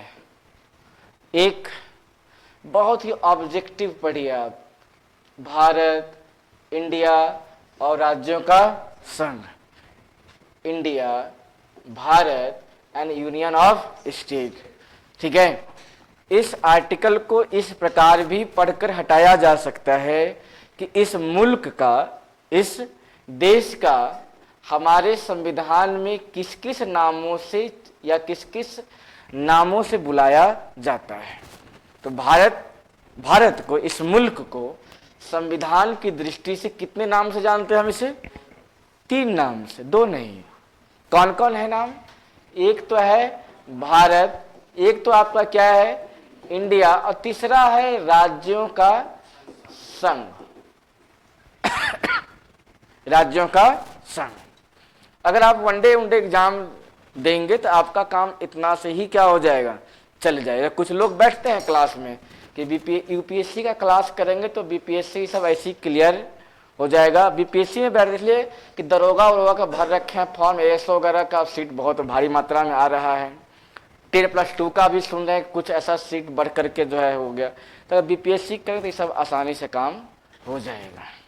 तो हाँ, अगर आप ऐसा सोचते हैं, अगर आपने सोच रखा है कि नहीं मुझे क्या रखा है डीवाईएसपी में, तो एएसओ ही बनना चाहता हूँ, 10 बजे ऑफिस, 5 बजे फिर ऑफिस से घर, अपने जीवन को इसी स्तर पर आपने टिकाने का सोच रखा है, ठीक है, तब आपका काम इतना मात्र से ही चल जाएगा कि इस देश का संविधान में कितने नाम बताए गए हैं? 3 नाम। कौन कौन नाम है? भारत, इंडिया और राज्यों का संघ। इसके अलावा कोई भी नाम आ जाए तो उसको टिक आउट आप मत कीजिएगा, क्योंकि क्वेश्चन उसी चीज को प्रधानता देती है जिसका चर्चा हमारे संविधान में किया गया है। ये नहीं कि हिंदुस्तान सबसे बहुत क्या है, खुद को एलाबोरेट कर रखे हैं, खुद को एक्साइड कि हम तो वी आर इंडियंस, हम लोग क्या हिंदुस्तानी हैं, ठीक है। Aryavarta, not Hindustan, not Aryavarta, not Jambu Dvipe, ये सब जो नाम है ये सब क्या है? भावनात्मक नाम है, ठीक है, सांस्कृतिक नाम है, कल्चरल नेम है, संवैधानिक नाम नहीं है। हमारे संविधान मतलब हम इस देश का संवैधानिक नाम कितने हैं? 3 ही हैं। कौन कौन? भारत, इंडिया और राज्यों का संघ। जो लोग राज्य की परिभाषा भूल गए हैं, मैं उनको राज्य की परिभाषा याद दिला दूं। अगर आप राज्य को पढ़िएगा तो एक व्यक्ति हुए अमेरिका में जिसका नाम है Mr Garner. According to Mr Garner, उन्होंने थ्योरी दिया था किसको लेकर के? स्टेट को लेकर के, which have a huge land area, मतलब जिसके पास क्या होगा? बड़ा भूभाग होगा। क्या होगा? बड़ा भूभाग होगा, वही विशाल भूभाग, ठीक है, अ ह्यूज लैंड एरिया। भूभाग, एक बड़ा भूभाग हो, उसके पास एक क्या हो? भारी जनसंख्या। भारी जनसंख्या का मतलब मोटा फैटी इंसान नहीं, मतलब गैदरिंग ज्यादा होना चाहिए। गैदरिंग या ह्यूज मतलब जनसंख्या ज्यादा हो, ठीक है। और वहां पर क्या होनी चाहिए? सरकार होनी चाहिए। और वह सरकार कैसी होनी चाहिए? क्या हमारा सरकार जो है ईरान के सरकार की जैसा होनी चाहिए? कि कोई भी आकर बजा जाए? ऐसा होना चाहिए क्या? हमारा भारत कैसा होना चाहिए? संप्रभु होना चाहिए। क्या हम प्रियम्बल में नहीं बोल रखे हैं? हम भारत के लोग भारत को एक क्या बनाना चाहते हैं? संप्रभु। अरे बाबा, संप्रभु का मतलब क्या होता है? मैंने पहले ही बता रखा है, निर्णय लेने की स्वतंत्रता। निर्णय लेने की क्या है? स्वतंत्रता। निर्णय, आप स्वतंत्र है? आप कोई भी निर्णय लेने के स्वतंत्र हैं? क्या फ्रीली अपने दोस्त को अपने पिताजी के सामने या पिताजी से इंट्रोड्यूस किए? हेलो मिस्टर डैड, मिलो, ये मेरे पिताजी हैं, सॉरी ये मेरे दोस्त हैं। क्या अपने दोस्त को इस प्रकार मिलवा सकते हो? नहीं। स्वतंत्र, तुम बताओ, स्वतंत्र हो क्या तुम? जो कांड तुम दोस्तों के साथ करते हो, क्या तुम ये कांड अपने पिता के सामने तुम कर सकते हो? नहीं। क्यों? क्योंकि तुम अभी स्वतंत्र नहीं हुए हो, नहीं आंतरिक, नहीं बाह्य। ये बताओ, बोले मम्मी मटन बना दो, ये तुम्हारी स्वतंत्रता है या मम्मी की स्वतंत्रता है? मम्मी चाहे तो बना सकती है, नहीं तो इसके बदले कुटाई भी। तो आजाद है क्या हम लोग? आजाद हैं क्या? नहीं। तो फिर आजादी जो हम बोलते हैं चिल्ला चिल्ला करके, ठीक है, इसलिए मैं कहता हूँ यहाँ जो भी पढ़िए ज्ञान वो बस किताब तक ही स्थिर रखिएगा। बीपीएससी में लिखने मात्र तक ही, घर पे अप्लाई। इन्हें की संविधान पढ़ के गए, मम्मी हम तो फ्रीडम है, जब दोस्त को लेकर पहुंच गए। एक बार यही हाल हुआ, हम भी एक बार संविधान पढ़ के भावुक हो गए। एक मेरा दोस्त था, वो कान में क्या लगता है, वो क्या बोलते हैं जो मेल सब भी पहनते रहता है यार वो कान में, हाँ ईयर पिन कहते हैं शायद उसको, ठीक है। हमें लगा भाई हमारे घर में कौन, हम तो स्वतंत्र हैं, लेकर पहुंच गया। मतलब पिताजी मिलिए, मेरा दोस्त है, बड़ा जल्दी तो भाग यहाँ से, तू भाग, इसको भी भगाओ।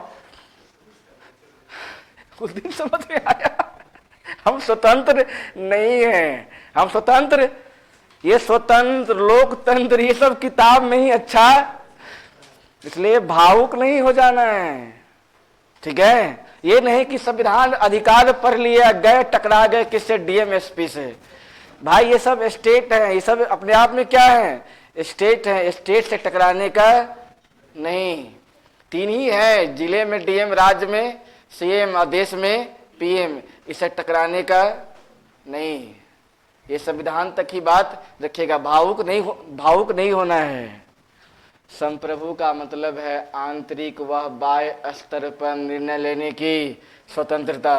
ये बताओ, नीतीश जी तो शराबबंदी बिहार में लागू तो करवा दी है, क्या झारखंड में रोक पाए? यूपी में रोक पाए? दीदी के यहाँ रोक पाए? क्या वो बोल पाए कि दीदी हमारे यहाँ से जो कोई जाए उसको दारू मत पिलाना तुम? इसका मतलब नीतीश जी अपने राज्य में तो निर्णय ले चुके हैं, लेकिन अपने राज्य से बाहर निर्णय, इसका मतलब हमारे बिहारी भाई जो है बाहर जा जा करके पीते ही रह गए। मतलब जिस उद्देश्य की शराबबंदी किया वो उद्देश्य पूरा हो पाया? अभी मैंने हाल में सुन रहा था कि शराब मतलब उसको पुनः ओपन करने की बातें चल रही। हमें तो डाउट हुआ कि ये न्यूज पहले फ्लैश किया, उसी के 5 दिन बाद फ्लैश कर गया कि अब नीतीश जी जाएंगे राज्यसभा। लगा हो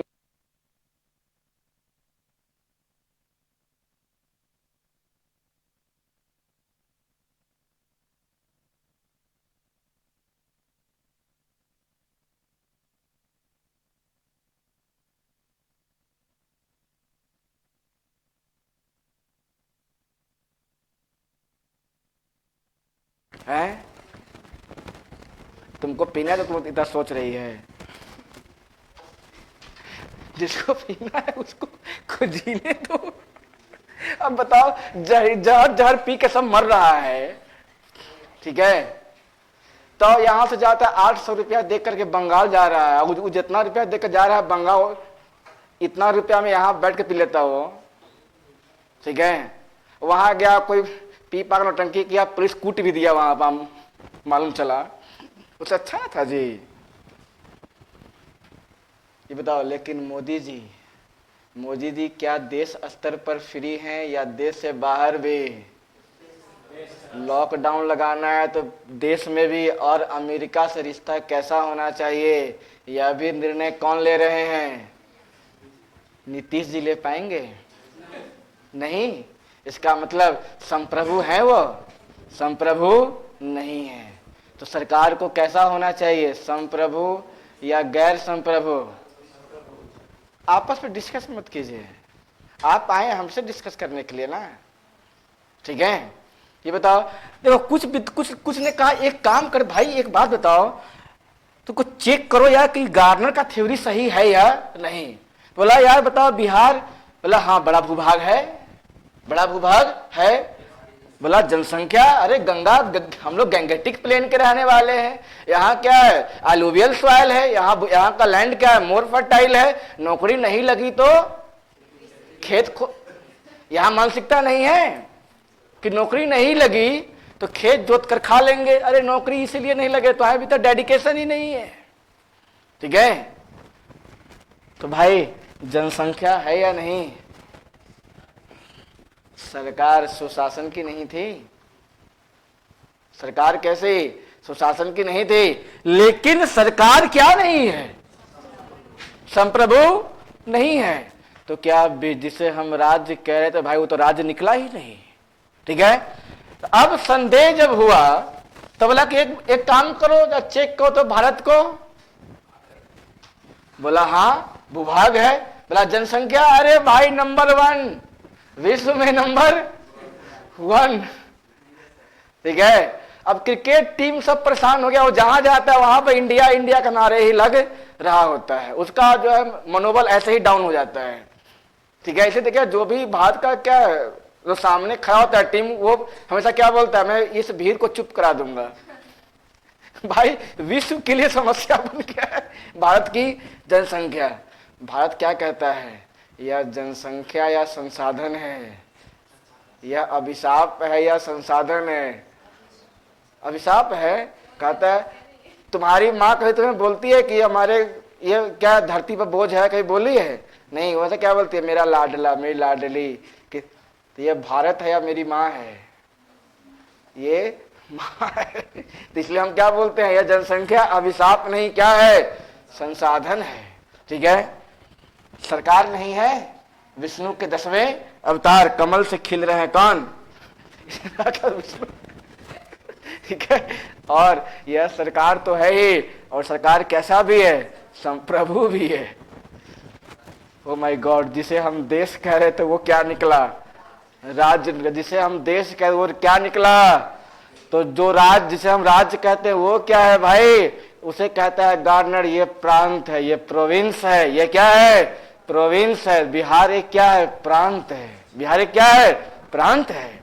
और भारत एक क्या है, राज्य है, ठीक है? इसलिए हमारे संविधान सभा ने क्या कहा, भारत के 3 नाम बताए, एक तो इंडिया, एक तो भारत, और बाय थ्योरी हम क्या भी है, यूनियन ऑफ स्टेट। क्या है भाई, यूनियन ऑफ स्टेट, राज्यों का संघ है।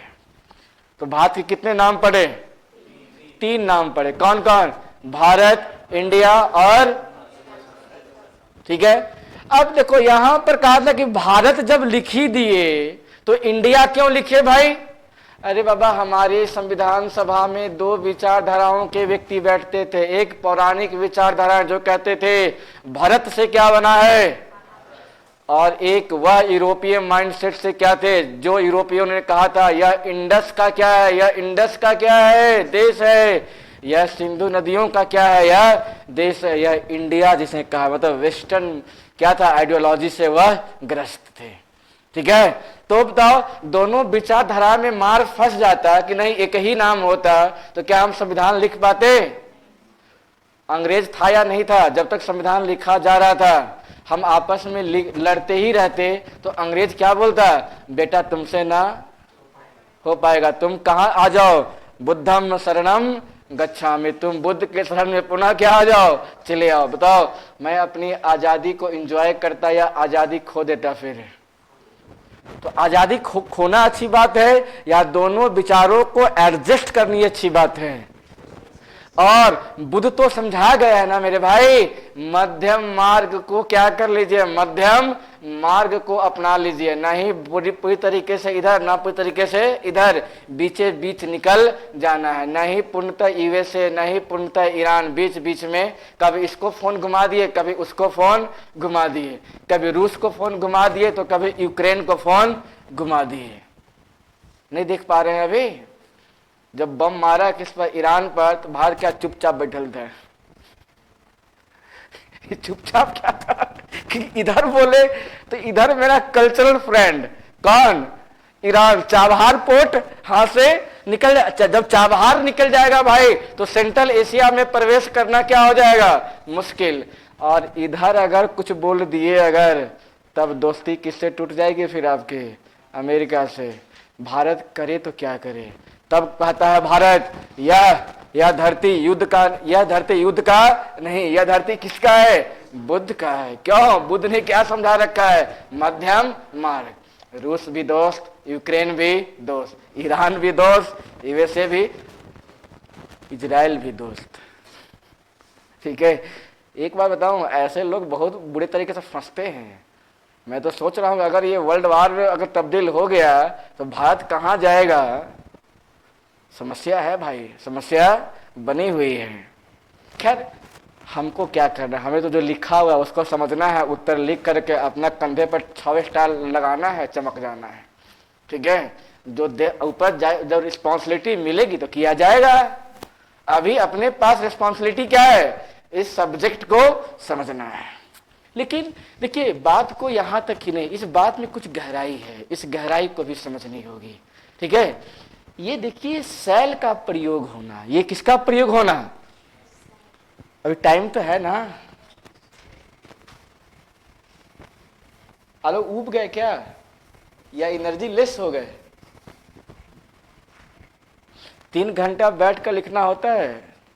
ठीक है, 3 घंटा बैठकर तो प्रैक्टिस तो बनाओ मेरे भाई, प्रैक्टिस तो होना चाहिए ना। अब 2 घंटा बैठने का क्या है, हैबिट है। अब 3 घंटा 2 घंटा बाद ही अब कच मच लग गए करने वहां पर, अब लिख ही नहीं पाइएगा फिर। ठीक है, कमीशन का मतलब सिर्फ पढ़ना नहीं होता है, कमीशन का मतलब लिखना होता है। जो आप जानते हो उसको लिख पाना, यह भी अपने आप में क्या है, कला है। ठीक है, अब सुनो और समझो। अब बात यहां पर यह आती है कि पहली बात यहां पर सेल का प्रयोग होना। सेल, थर्ड पर्सन के साथ सेल का प्रयोग कब किया जाता है? जब निश्चितता को दिखाना होता है। जब निश्चितता को दिखाना होता है तब हम थर्ड पर्सन का किसका प्रयोग करते हैं? सेल का प्रयोग करते हैं। और फर्स्ट पर्सन के साथ किसका प्रयोग करते हैं? विल का, आई विल डू इट, मतलब मैं निश्चित तौर पर ही कर लूंगा। ठीक है, वरना हम आई के साथ हमेशा क्या लगाते हैं? सेल। ठीक है, लेकिन जब निश्चितता दिखाना होता है तो हम क्या लगाते हैं? I will do it. ठीक है, यहां पर उल्टा हो रहा है, यहां पर थर्ड पर्सन ऊपर से सेल का प्रयोग, इसका मतलब थर्ड पर्सन को दिखाना होता है निश्चितता, तो वह किसका सहारा लेता है? फिर सेल का प्रयोग करता है वह। ठीक है, तो भारत निश्चित तौर पर क्या होगा? राज्यों का संघ होगा। लेकिन यहां पर 3 शब्द और समझना होता है। एक शब्द है कॉन्फेडरेशन, एक शब्द आपका क्या है? कॉन्फेडरेशन। उसके बाद एक शब्द है आपका फेडरेशन, एक शब्द है आपका यूनियन। पॉलिटिकल साइंस की दुनिया में इन तीनों शब्द का मतलब अलग अलग निकलता है। हम यूनियन शब्द का अगर देखिएगा पॉलिटिकल साइंस के डिक्शनरी में, तब ये आपको संघ, इसका हिंदी संघ नहीं दिखाता है, इसका हिंदी दिखाता है एकात्मक शासन। किसका? एकात्मक शासन। और इसका हिंदी क्या होता है? संघात्मक शासन। और इसका हिंदी क्या होता है? परिसंघात्मक शासन होता है। बात को समझ पा रहे हैं? तो जरा सा बताइए कि पॉलिटिकल साइंस में फिर हम जब कहते हैं कि भारत संघात्मक देश है, भारत संघात्मक देश है, तो यहां पर यूनियन शब्द का प्रयोग क्यों किया भाई? यहां पर यूनियन शब्द का प्रयोग क्यों किया गया? ठीक है, यहां तो फेडरल शब्द का प्रयोग होना चाहिए। अगर आपसे सवाल पूछ ले तो क्या भारत क्या भारत फेडरल कंट्री है या भारत यूनियन है? ये बताओ, बाई कॉन्स्टिट्यूशन इंडिया क्या है? यूनियन। अरे बात समझ में। एक विद्वान हुए केसी वियर, एक विद्वान है कौन? केसी वियर। उन्होंने जब भारतीय संविधान का अध्ययन किया तब कहता है कि भाई सामान्य तौर पर भारत में केंद्र और राज्य के बीच सब्जेक्टों का क्या है? डिवीजन है। राज्य का एक अलग शासन और किसका? केंद्र का अलग शासन। केंद्र के साइमल्टेनियस एक शासन कहां भी चल रहा है, राज्यों में भी चल रहा है। या तो दिखाता है फेडरल या प्रकृति क्या दिखाता है? फेडरेशन का। लेकिन यहां पर लिखा गया क्या? यूनियन। फिर उन्होंने केसी वियर ने भारत की संविधान का और अध्ययन किया तो उन्होंने पाया कि जब असामान्य कंडीशन हो जाता है, भाई डियर समझने का प्रयास कीजिए, केसी वियर कहता है कि सामान्य कंडीशन में तो भारत में केंद्र और राज्य के बीच क्या है? शक्तियों का विभाजन, केंद्र का अलग शासन, इसी के साइमल्टेनियस राज्य में अलग शासन है। लेकिन यह सामान्य कंडीशन में ही है। भारत में जब असामान्य कंडीशन हो जाता है तब राज्यों का शक्ति ट्रांसफर होता है कहां पर? केंद्र में। यह नेचर दिखाता क्या है? एकात्मक शासन का। तब कहता हो मेरे भाई, ना ये फुल्ली फेडरेशन है ना यहाँ फुल्ली यूनियन है। ओ भाई, यहाँ भी भारत ने क्या अपना रखा है? मध्य तो उन्होंने थ्योरी दिया, भारत क्या है? Quasi federal. भारत क्या है? Quasi federal.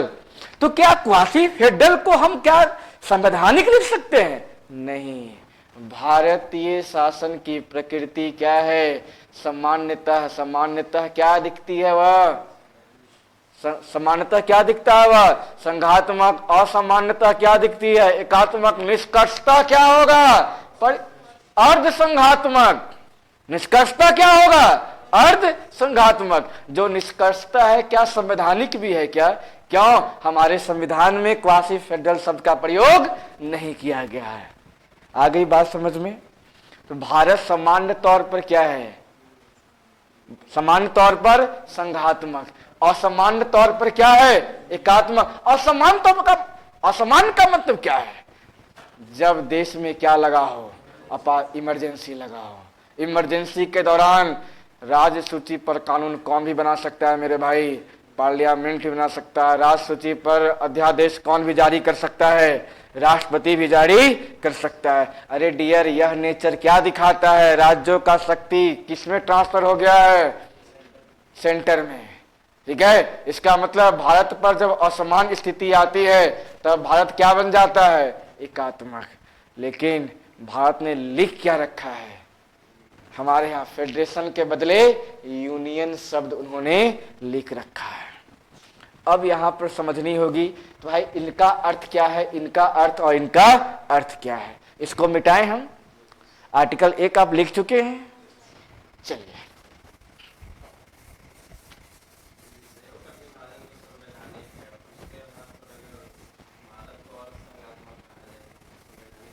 क्या?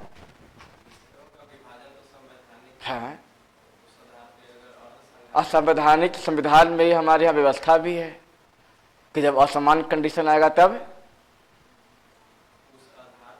हाँ, देखिए समझ गया, हम आपकी समस्या को समझ गए कि इनका कहना है, क्वेश्चन समझिएगा, इनका कहना है कि हमारे यहाँ 7वीं अनुसूची है। क्या है? 7वीं अनुसूची है। इन 7वीं अनुसूची में 3 प्रकार का लिस्ट दिया गया है। बात समझिएगा यहां पर ध्यान से। एक है आपका यूनियन लिस्ट। ठीक है। तो कभी कभी डाउट्स को भी, भले आपका डाउट्स ना हो, किसी पड़ोसी का ही डाउट्स हो सकता है आयल का आपका भी डाउट्स बन जाए, इसलिए जो है आपको ध्यान से समझिएगा। एक है आपका स्टेट लिस्ट, कोई डाउट यहां पर, और एक है आपका कॉन्करेंट लिस्ट, बोले तो समवर्ती सूची। ठीक है। कुछ विषय ऐसे भी है जो किसी लिस्ट में नहीं है, उसे हम क्या बोलते हैं? Residual list. ठीक है। यूनियन लिस्ट पर कानून कौन बनाता है मेरे भाई? सेंट्रल। स्टेट लिस्ट पर कानून कौन बनाता है? स्टेट असेंबली बनाता है। कॉन्करेंट लिस्ट पर कौन बनाता है? यूनियन प्लस स्टेट दोनों बनाता है। दोनों के बीच में कॉन्ट्राडिक्शन हो जाए तब किसकी बात मान ली जाती है? यूनियन की बात मान ली जाती है। जो किसी भी लिस्ट में ना लिखा गया हो उसे हम क्या कहते हैं? उस पर कानून कौन बनाएगा? यूनियन बनाएगा। ठीक है, ये बताओ, जब असामान्य कंडीशन हो जाएगा तब स्टेट लिस्ट पर कानून भी कौन बनाएगा? आई बात समझ में? प्रेसिडेंट भी जो है स्टेट लिस्ट पर क्या जारी कर सकता है? ऑर्डिनेंस जारी कर सकता है। लेकिन एक बात मुझे बताइए, क्या कोई ऐसी भी कंडीशन है क्या जिसमें राज्य यूनियन लिस्ट पर कानून लग जाए?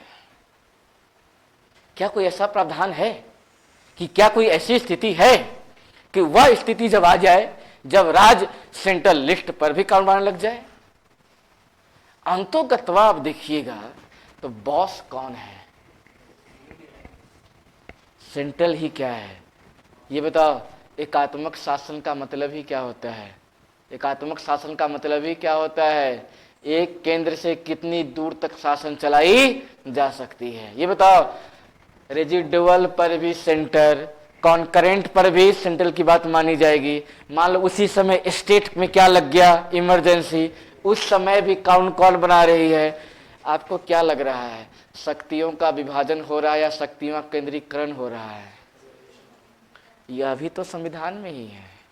यह भी क्या है? इसीलिए तो किसीवियर क्या कहते हैं कि भारतीय संविधान की प्रकृति कैसी मालूम पड़ती है? सामान्य तौर पर संघवाद, लेकिन असामान्य कंडीशन में क्या है मेरे भाई? एकात्मक शासन है। इसका मतलब निष्कर्षता क्या है? वह अर्ध संघात्मक। निष्कर्षता क्या है? वह अर्ध संघात्मक।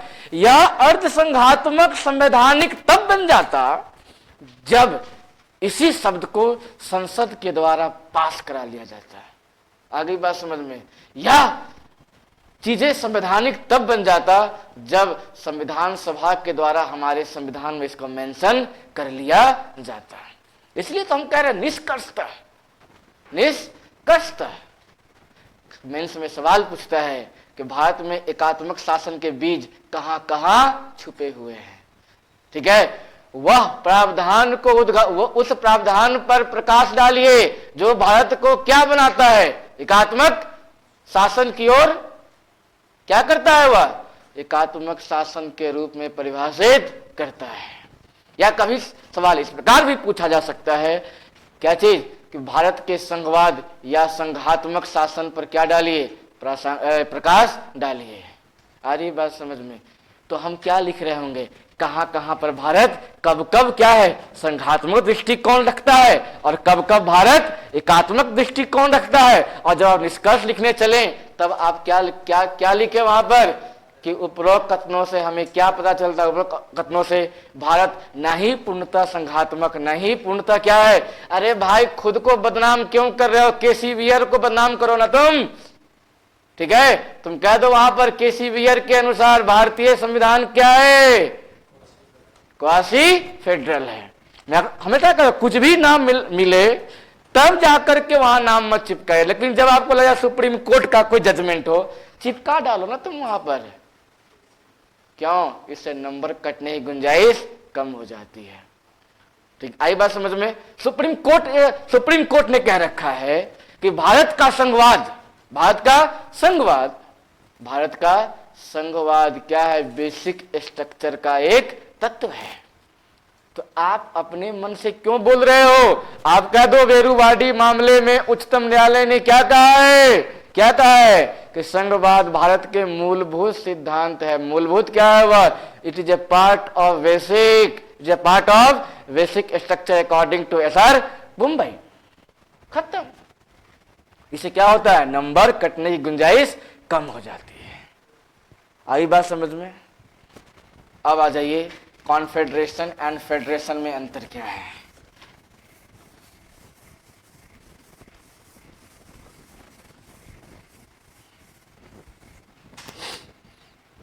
देखिए, कॉन्फेडरेशन एंड फेडरेशन समझने से पहले आप थोड़ा सा यूएसए का बैकग्राउंड देखिए।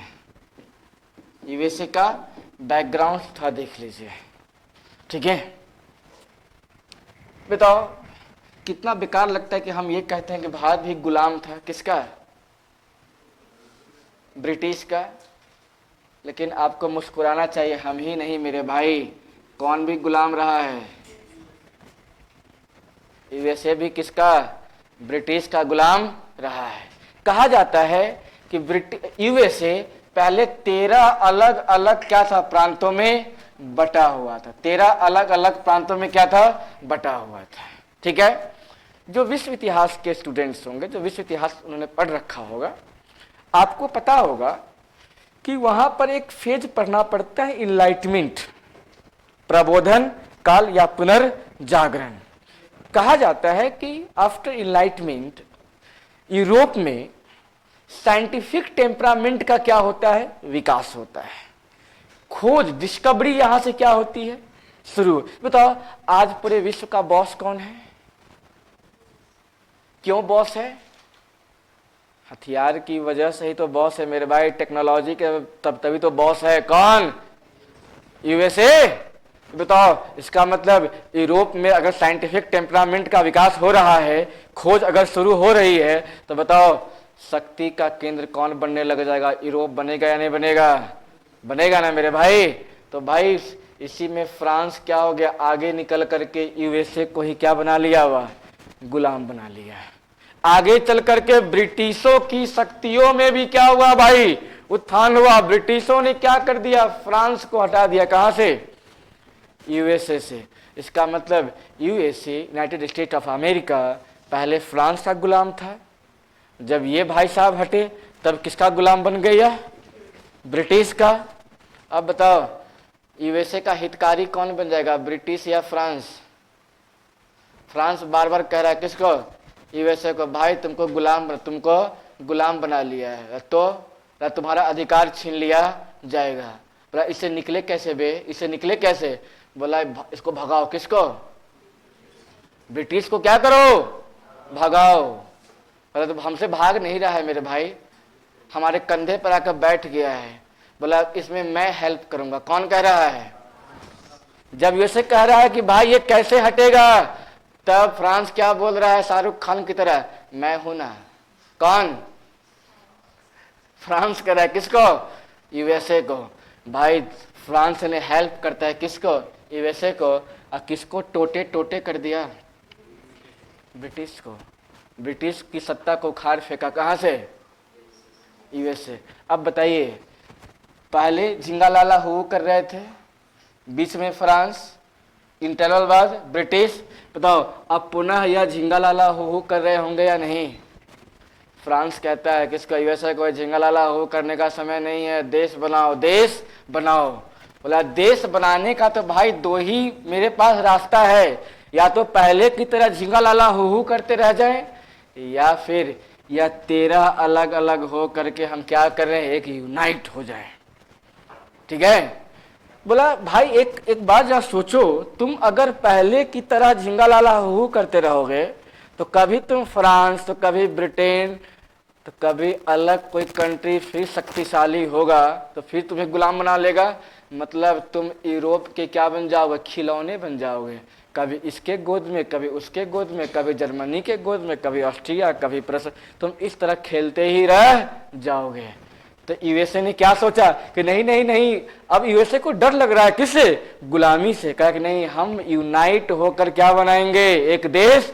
और इसी समय क्या नाम पड़ गया इसका, यूनाइटेड स्टेट ऑफ अमेरिका। लेकिन डर है इनको, यह 13 अलग अलग प्रांत जो है एक होकर देश तो बना रहे हैं, लेकिन डर है इनको क्या चीज, ये बताओ, अपनी शक्ति किसी एक देश में सौंप रहे हैं या नहीं, अपनी शक्ति सौंप रहे हैं या नहीं। राज 13 अलग अलग राज एक केंद्र का निर्माण कर रहे हैं या नहीं।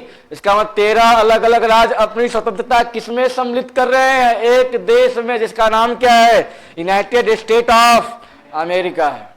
शादी से डर लगती है या नहीं, क्या क्या खो जाने से, आजादी, कि पता नहीं फलना में कैसा मिलेगा, फ्रीडम रहेगा या नहीं रहेगा, डर लगता है नहीं। पहले क्या था, हमारी मम्मी सब सिखा के बोले बेटा या बेटी, डोली जिस घर से निकला है और जिस घर में गया अर्थी फिर वहीं से निकलना चाहिए। यही जीवन का क्या है, तो बेटी क्या करती थी, झेलती थी किसको, बैल सबको, नहीं झेलती थी। लेकिन ये सिखाया कहाँ जा रहा है, इंडिया में। यूरोप में ऐसा था क्या? यूरोप की महिलाएं पहले से क्या स्वतंत्र, क्यों? उनके पास अधिकार है। मैटर बना तो ठीक है, नहीं तो ले लत्ता चल, लत्तू अपना घर, मैं अपना घर। यहां पर सिस्टम था क्या? यहां पर मतलब वो मेरे भाई संघ से निकलने का अधिकार था। तो बताओ कभी मारपीट हुआ यूरोप में? नहीं। यहां पर आज हो रहा है नहीं, तलाक का रेशियो घटाया बढ़ गया है। कभी कोर्ट का चक्कर ला के आइए, देखिए जो है कितने लोग जो है तलाक के लाइन में लगे हुए हैं कि ए जज साहब हम ना रबुआ।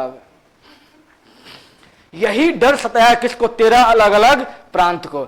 बोला ए भाई एक बात बताओ, अगर हम आज से पहले स्वतंत्र ही रहे, आज मैं अपनी शक्ति तुम्हें सौंप रहा हूं, बाद में हमको गुड फील ना हो, तब तुम अलग हो सकते हो। तुम क्या हो सकते हो? अलग हो सकते हो। इसका मतलब या देखिएगा यहां पर संघ है और एक तरफ आपका क्या है?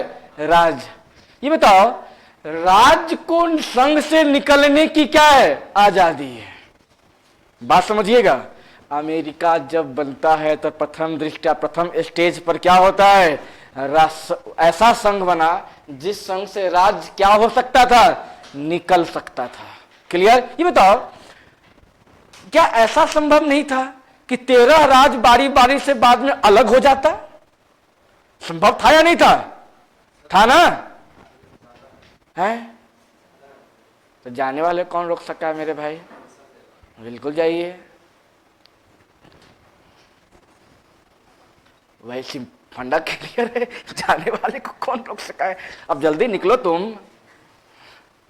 अब देखो यहां पर, ये बताओ आज जो संघ बना है, आज जो संघ बना है, अगर ये कंडीशन रहा तो आगे चलकर के संघ रह ही जाएगा या संघ का विनाश भी हो सकता था। लेकिन क्या राज्य का भी विनाश हो जाता है? राज्य का विनाश, इसका मतलब अमेरिका जब बना तो प्रथम स्तर पर क्या था? वह ऐसा संघ बना जहां पर संघ का क्या हो सकता था? विनाश, और राज्य का विनाश संभव नहीं था। इसलिए कहा जाता है अविनाशी राज्यों का, अविनाशी राज्यों का कौन सा संघ? विनाशी संघ। आ रही बात समझ में? तो अमेरिका जब बना तो America on the first stage क्या था? वह विनाशी राज्यों का या अविनाशी राज्यों का? अविनाशी राज्यों का विनाशी संघ। इसे ही कहा गया इंग्लिश में कॉन्फेडरेशन। क्या बोला गया? कॉन्फेडरेशन। आगे बात समझ में? कॉन्फेडरेशन का मतलब क्या है? वैसा समूह जिसका विनाश कभी संभव, जिसका विनाश आगे चलकर संभव है, लेकिन किसका विनाश नहीं होगा? राज्य का विनाश संभव नहीं है। अब देखिए मैटर कैसे फंसा। अब एक देश हो गए हैं, अलग अलग राज्यों से टैक्स लिया गया और टैक्स लेकर के टैक्सेस में जो है एक स्थापना किया किसका? नासा का। नासा, ठीक है। बताओ नासा का अगर विकास हो रहा है कहां पर?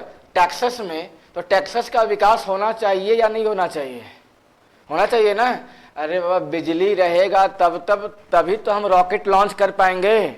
मालूम चला कि रॉकेट लॉन्च किए, बिजली गायब, कंप्यूटर बंद।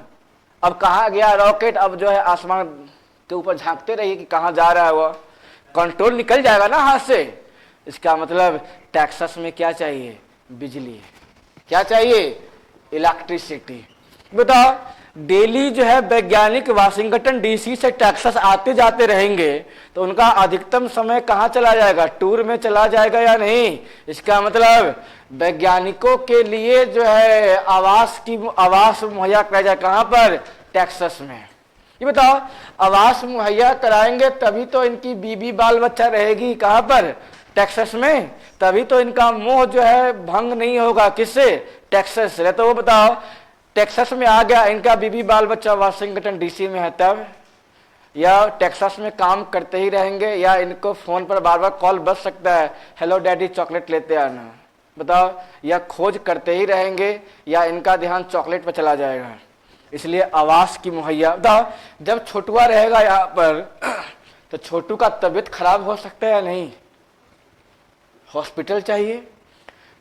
छोटू को अगर पढ़ने के लिए स्कूल न भेजा जाए तो बाप जो है वैज्ञानिक, अब बेटा क्या निकल जाएगा, चोर। इसलिए यहाँ पर क्या होना चाहिए, स्कूल, सिर्फ स्कूले का पढ़ाई करेगा वो, कॉलेज नहीं। तो कॉलेज भी या देखो तो बे, टेक्सास में स्कूल, कॉलेज, हॉस्पिटल नहीं, सड़क, बिजली, बताओ इसका मतलब टेक्सास का इंफ्रास्ट्रक्चर का विकास होगा या नहीं होगा। तो जिस राज्य में इंफ्रास्ट्रक्चर का विकास हो जाए उस राज्य की इनकम घटेगी या बढ़ेगी, बढ़ेगी ना। ये बताओ, इनकम बढ़ तो गई लेकिन इनकम बट जा रहा है अलग अलग 12 राज्यों में। क्यों, हम सब मिल करके भाई भाई की तरह रह रहे हैं।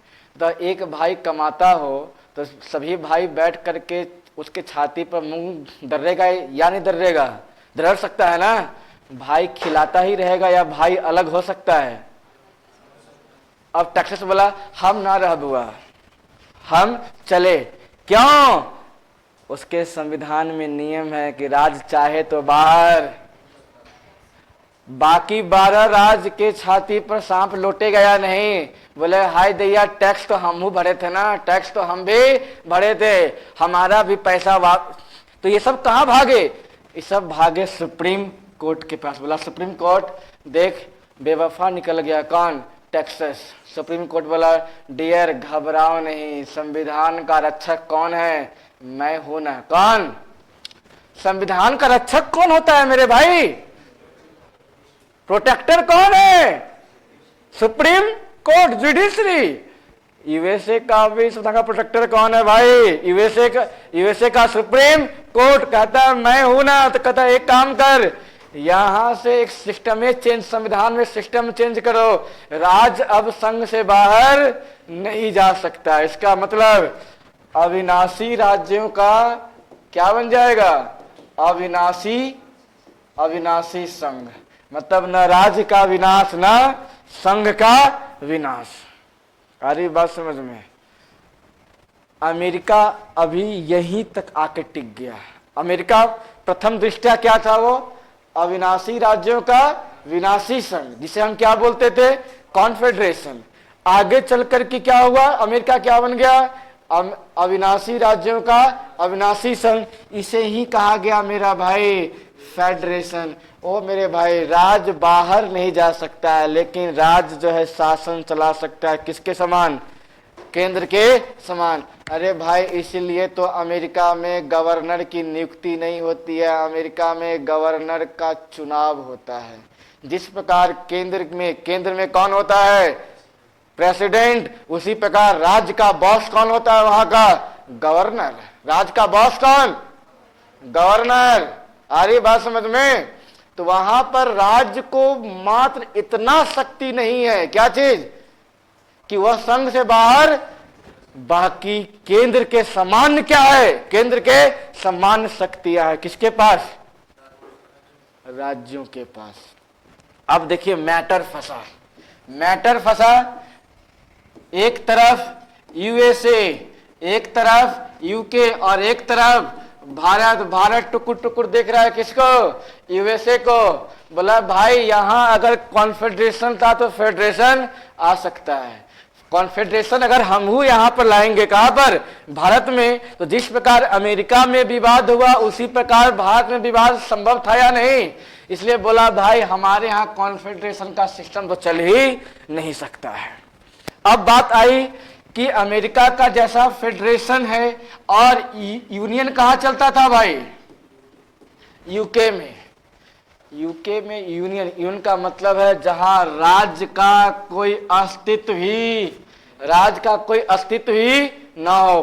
किसका अस्तित्व हो, संघ ही क्या हो, बॉस हो, जहां पर राज्य की कोई शक्तियां ना हो। इसका मतलब विनाशी राज्यों का अविनाशी, यहां पर क्या होगा भाई, विनाशी राज्यों का अविनाशी। यूनियन का मतलब क्या है, विनाश, जहां राज्य का क्या हो जाए, विनाश हो जाए, भले राज्य का क्या हो जाए, विनाश हो जाए। किसका भी विनाश नहीं होना चाहिए, संघ का विनाश। 3 सिस्टम पढ़े ना मेरे भाई, अविनाशी राज्यों का विनाशी संघ, मतलब प्रथम केस में क्या था, संघ का विनाश संभव था, राज का विनाश संभव। आगे चल करके किसको अजर अमर बना दिया गया, राज तो पहले से अजर अमर था, संघ को भी अजर अमर बनने का क्या दे दिया गया, आशीर्वाद दे दिया गया। तो पहला सिस्टम कॉन्फेडरेशन, दूसरा सिस्टम फेडरेशन। फेडरेशन का मतलब क्या है, जहां राज भी जिंदा है और केंद्र भी जिंदा है। यहां पर अलग सिस्टम चल रहा है, कहां पर, यूके में। यहां पर सिस्टम क्या चल रहा है, यहां राज की कोई अस्तित्व की बात ही नहीं थी। कुछ विद्वान का कहना था, कुछ विद्वान का कहना था कि हम भी यूनियन, ब्रिटिश की तरह हम भी यूनियन तरह शासन कर लेते, क्या दिक्कत है। बोला नहीं, हम एंशिएंट हिस्ट्री पढ़ कर आए हैं। कौन, हम नहीं, संविधान सभा। बोला हमारे यहाँ कोई भी शासक एक स्थान से बैठकर पूरे भारत में शासन चला नहीं पाया हो, चाहे अशोक हो, चाहे अलाउद्दीन खिलजी हो। अरे बाबा, इसी चक्कर में तो एक व्यक्ति क्या बन गया, मूर्ख बादशाह। कौन, मोहम्मद बिन तुगलक। उसने क्या सोचा, संपूर्ण भारत पर शासन मैं कर लूंगा, इसलिए राजधानी कभी दिल्ली से दौलताबाद, कभी दौलताबाद से दिल्ली। शासन नहीं कर पाया मेरे भाई। जब वो दौलताबाद गया तो दिल्ली पे अटैक, और दौलताबाद से आया कहां पर, दिल्ली में, तो दौलताबाद पे अटैक। ठीक है भाई, औरंगजेब तो शासन कर, औरंगजेब का कौन सा पॉलिसी फेल कर गया, साउथ इंडियन पॉलिसी ही क्या हो गया, फेल कर गया। बोला भाई इतिहास गवाह है कि एक संस्था से पूरे संपूर्ण भारत पर शासन नहीं हो सकता है, इसलिए यहां पर ये थ्योरी तो नहीं चल सकता है। यहां पर थ्योरी क्या चल सकता है, अमेरिका की तरह। क्यों, अमेरिका भी छोटे छोटे प्रांतों से मिलकर बना है, और भारत भी क्या हुआ है, छोटे छोटे प्रांतों से मिलकर बना है। आ रही बात समझ में। तो ब्रिटिश और अमेरिका और भारत ये कैसे अलग है मेरे भाई। भारत का राज ब्रिटिश के राज्यों इतना मजबूत नहीं है, और हमारा राज किसके, सॉरी ये यूएसए है ना, हमारा राज यूएसए के राज्यों इतना मजबूत नहीं है, लेकिन हमारा राज यूके के राज्यों से कमजोर भी। आगे बात समझ में, ये बात समझ में आई या नहीं आई। हमारा राज यूएसए के राज इतना मजबूत नहीं है। क्यों, क्योंकि अमेरिका में राज उतना ही पावरफुल है जितना केंद्र, और राज्य के पास मात्र इतना ही शक्ति नहीं है कि वह क्या हो सके, संघ से बाहर हो सके, वरना राज्य का शासन केंद्र के साइमल्टेनियस चलता है। आ रही बात समझ में, ये बात समझ में आ रही है, या फिर बत्ती जली की जल ही गई है। तो क्या हमारा राज ब्रिटेन के राज इतना कमजोर भी है क्या, ना, हमारा राज ब्रिटेन के इतना कमजोर नहीं है, और यूएसए के राज इतना मजबूत भी नहीं है। ये बात समझ में आई या नहीं आई, आ गई। आगे चले हम, ये चीजें समझ में आया। तो बताओ भारत थ्योरेटिकल क्या है, हुआ भारत थ्योरेटिकल क्या है, कॉन्फेडरेशन है क्या। इसलिए भारत में दोनों गुण दिखाई पड़ता है नहीं, यहाँ का फेडरेशन और यहाँ का यूनियन समान। तो क्या हमारे संविधान में फेडरल वर्ड यूज किया गया है, नहीं, लेकिन नेचर विद्वान है या नहीं, तो इसका भी नेचर है और यूनियन का भी नेचर है। राज्य का विनाश भी नहीं हो सकता है, लेकिन समय पर तो राज्य की शक्तियां भी समाप्त की जा सकती है। आई बात समझ में। तो भारत का राज्य कभी यूएसए के राज्य के जैसा, तो कभी ब्रिटेन के राज्यों के जैसा। इसे तो कहते हैं हमारा जो संविधान है अन्य देशों के संविधान से क्या है, विकसित संविधान है मेरे भाई। अरे जो पढ़ाया जा रहा है वो समझ में भी आ रहा है, या फिर हम ही को समझ में आ रहा है। हमारे रिवीजन चक्कर में मत पड़ जाइएगा, जहां डाउट्स बुझाएगा, समझ में आएगा डाउट्स है, वहां पूछ लिया कीजिएगा, ठीक है। अब जाकर के आर्टिकल 1 कंप्लीट होता है, ठीक है। आर्टिकल 1 जो है अब जाकर क्या हुआ, बताओ क्या लगता है, दीदी अगर दीदी भैया से नाराज है तो क्या दीदी इस देश से बाहर हो सकती है, दीदी मायके जा सकती है क्या, नहीं। क्यों, क्योंकि हमारे यहाँ क्या लिखा गया? India that is Bharat shall be a union of state. दीदी बाहर नहीं जा सकती है। अम्मा कई बार कोशिश कर ली, अम्मा भी बाहर नहीं जा सकती है। नागालैंड भी बहुत कोशिश करके देख लिया, नागालैंड भी बाहर नहीं जा सका। क्यों? यहाँ जहाँ से अर्थी आ, जहाँ से डोली आई है अब यहीं से अर्थी निकलेगी। ये कल्चर नहीं है हमारा। तभी तो हमारे यहाँ तलाक का सिस्टम कम है। किसके? कहाँ से? यूरोप के। यूरोप में क्या हुआ? उधर अलग वो जी रहा है, इधर अलग ये जी रहा है। कोई टेंशन है? कोई tension? Full separation of power है, फुल सेपरेशन ऑफ पावर है। यहाँ पति है या स्वामी है? बताओ, कम वक्त कमाता ना धमाता उसको स्वामी। अब यहाँ के पुरुषों को बहुत बुरा लग रहा है कि पति, हमको पति मान नहीं रही है। तो माने कैसे? तो है पावर होना चाहिए ना। लक्ष्मी अटैक किस पर हुई? पावरे पर ना। पावर तुम्हारे पास है ये नहीं है और तुम चाहते हो कि हम स्वामी बनकर रहे। तो स्वामी बनने के लिए तुमको विष्णु तो बनना पड़ेगा मेरे भाई। कल परसों रील से देख रहे थे, एक नालायक जो है लेट कर रील्स बना रहा है, कहता है कुछ कि हम भी लेटे हुए ही रहते हैं, लगता है कहीं विष्णु के अवतार तो हम नहीं हैं।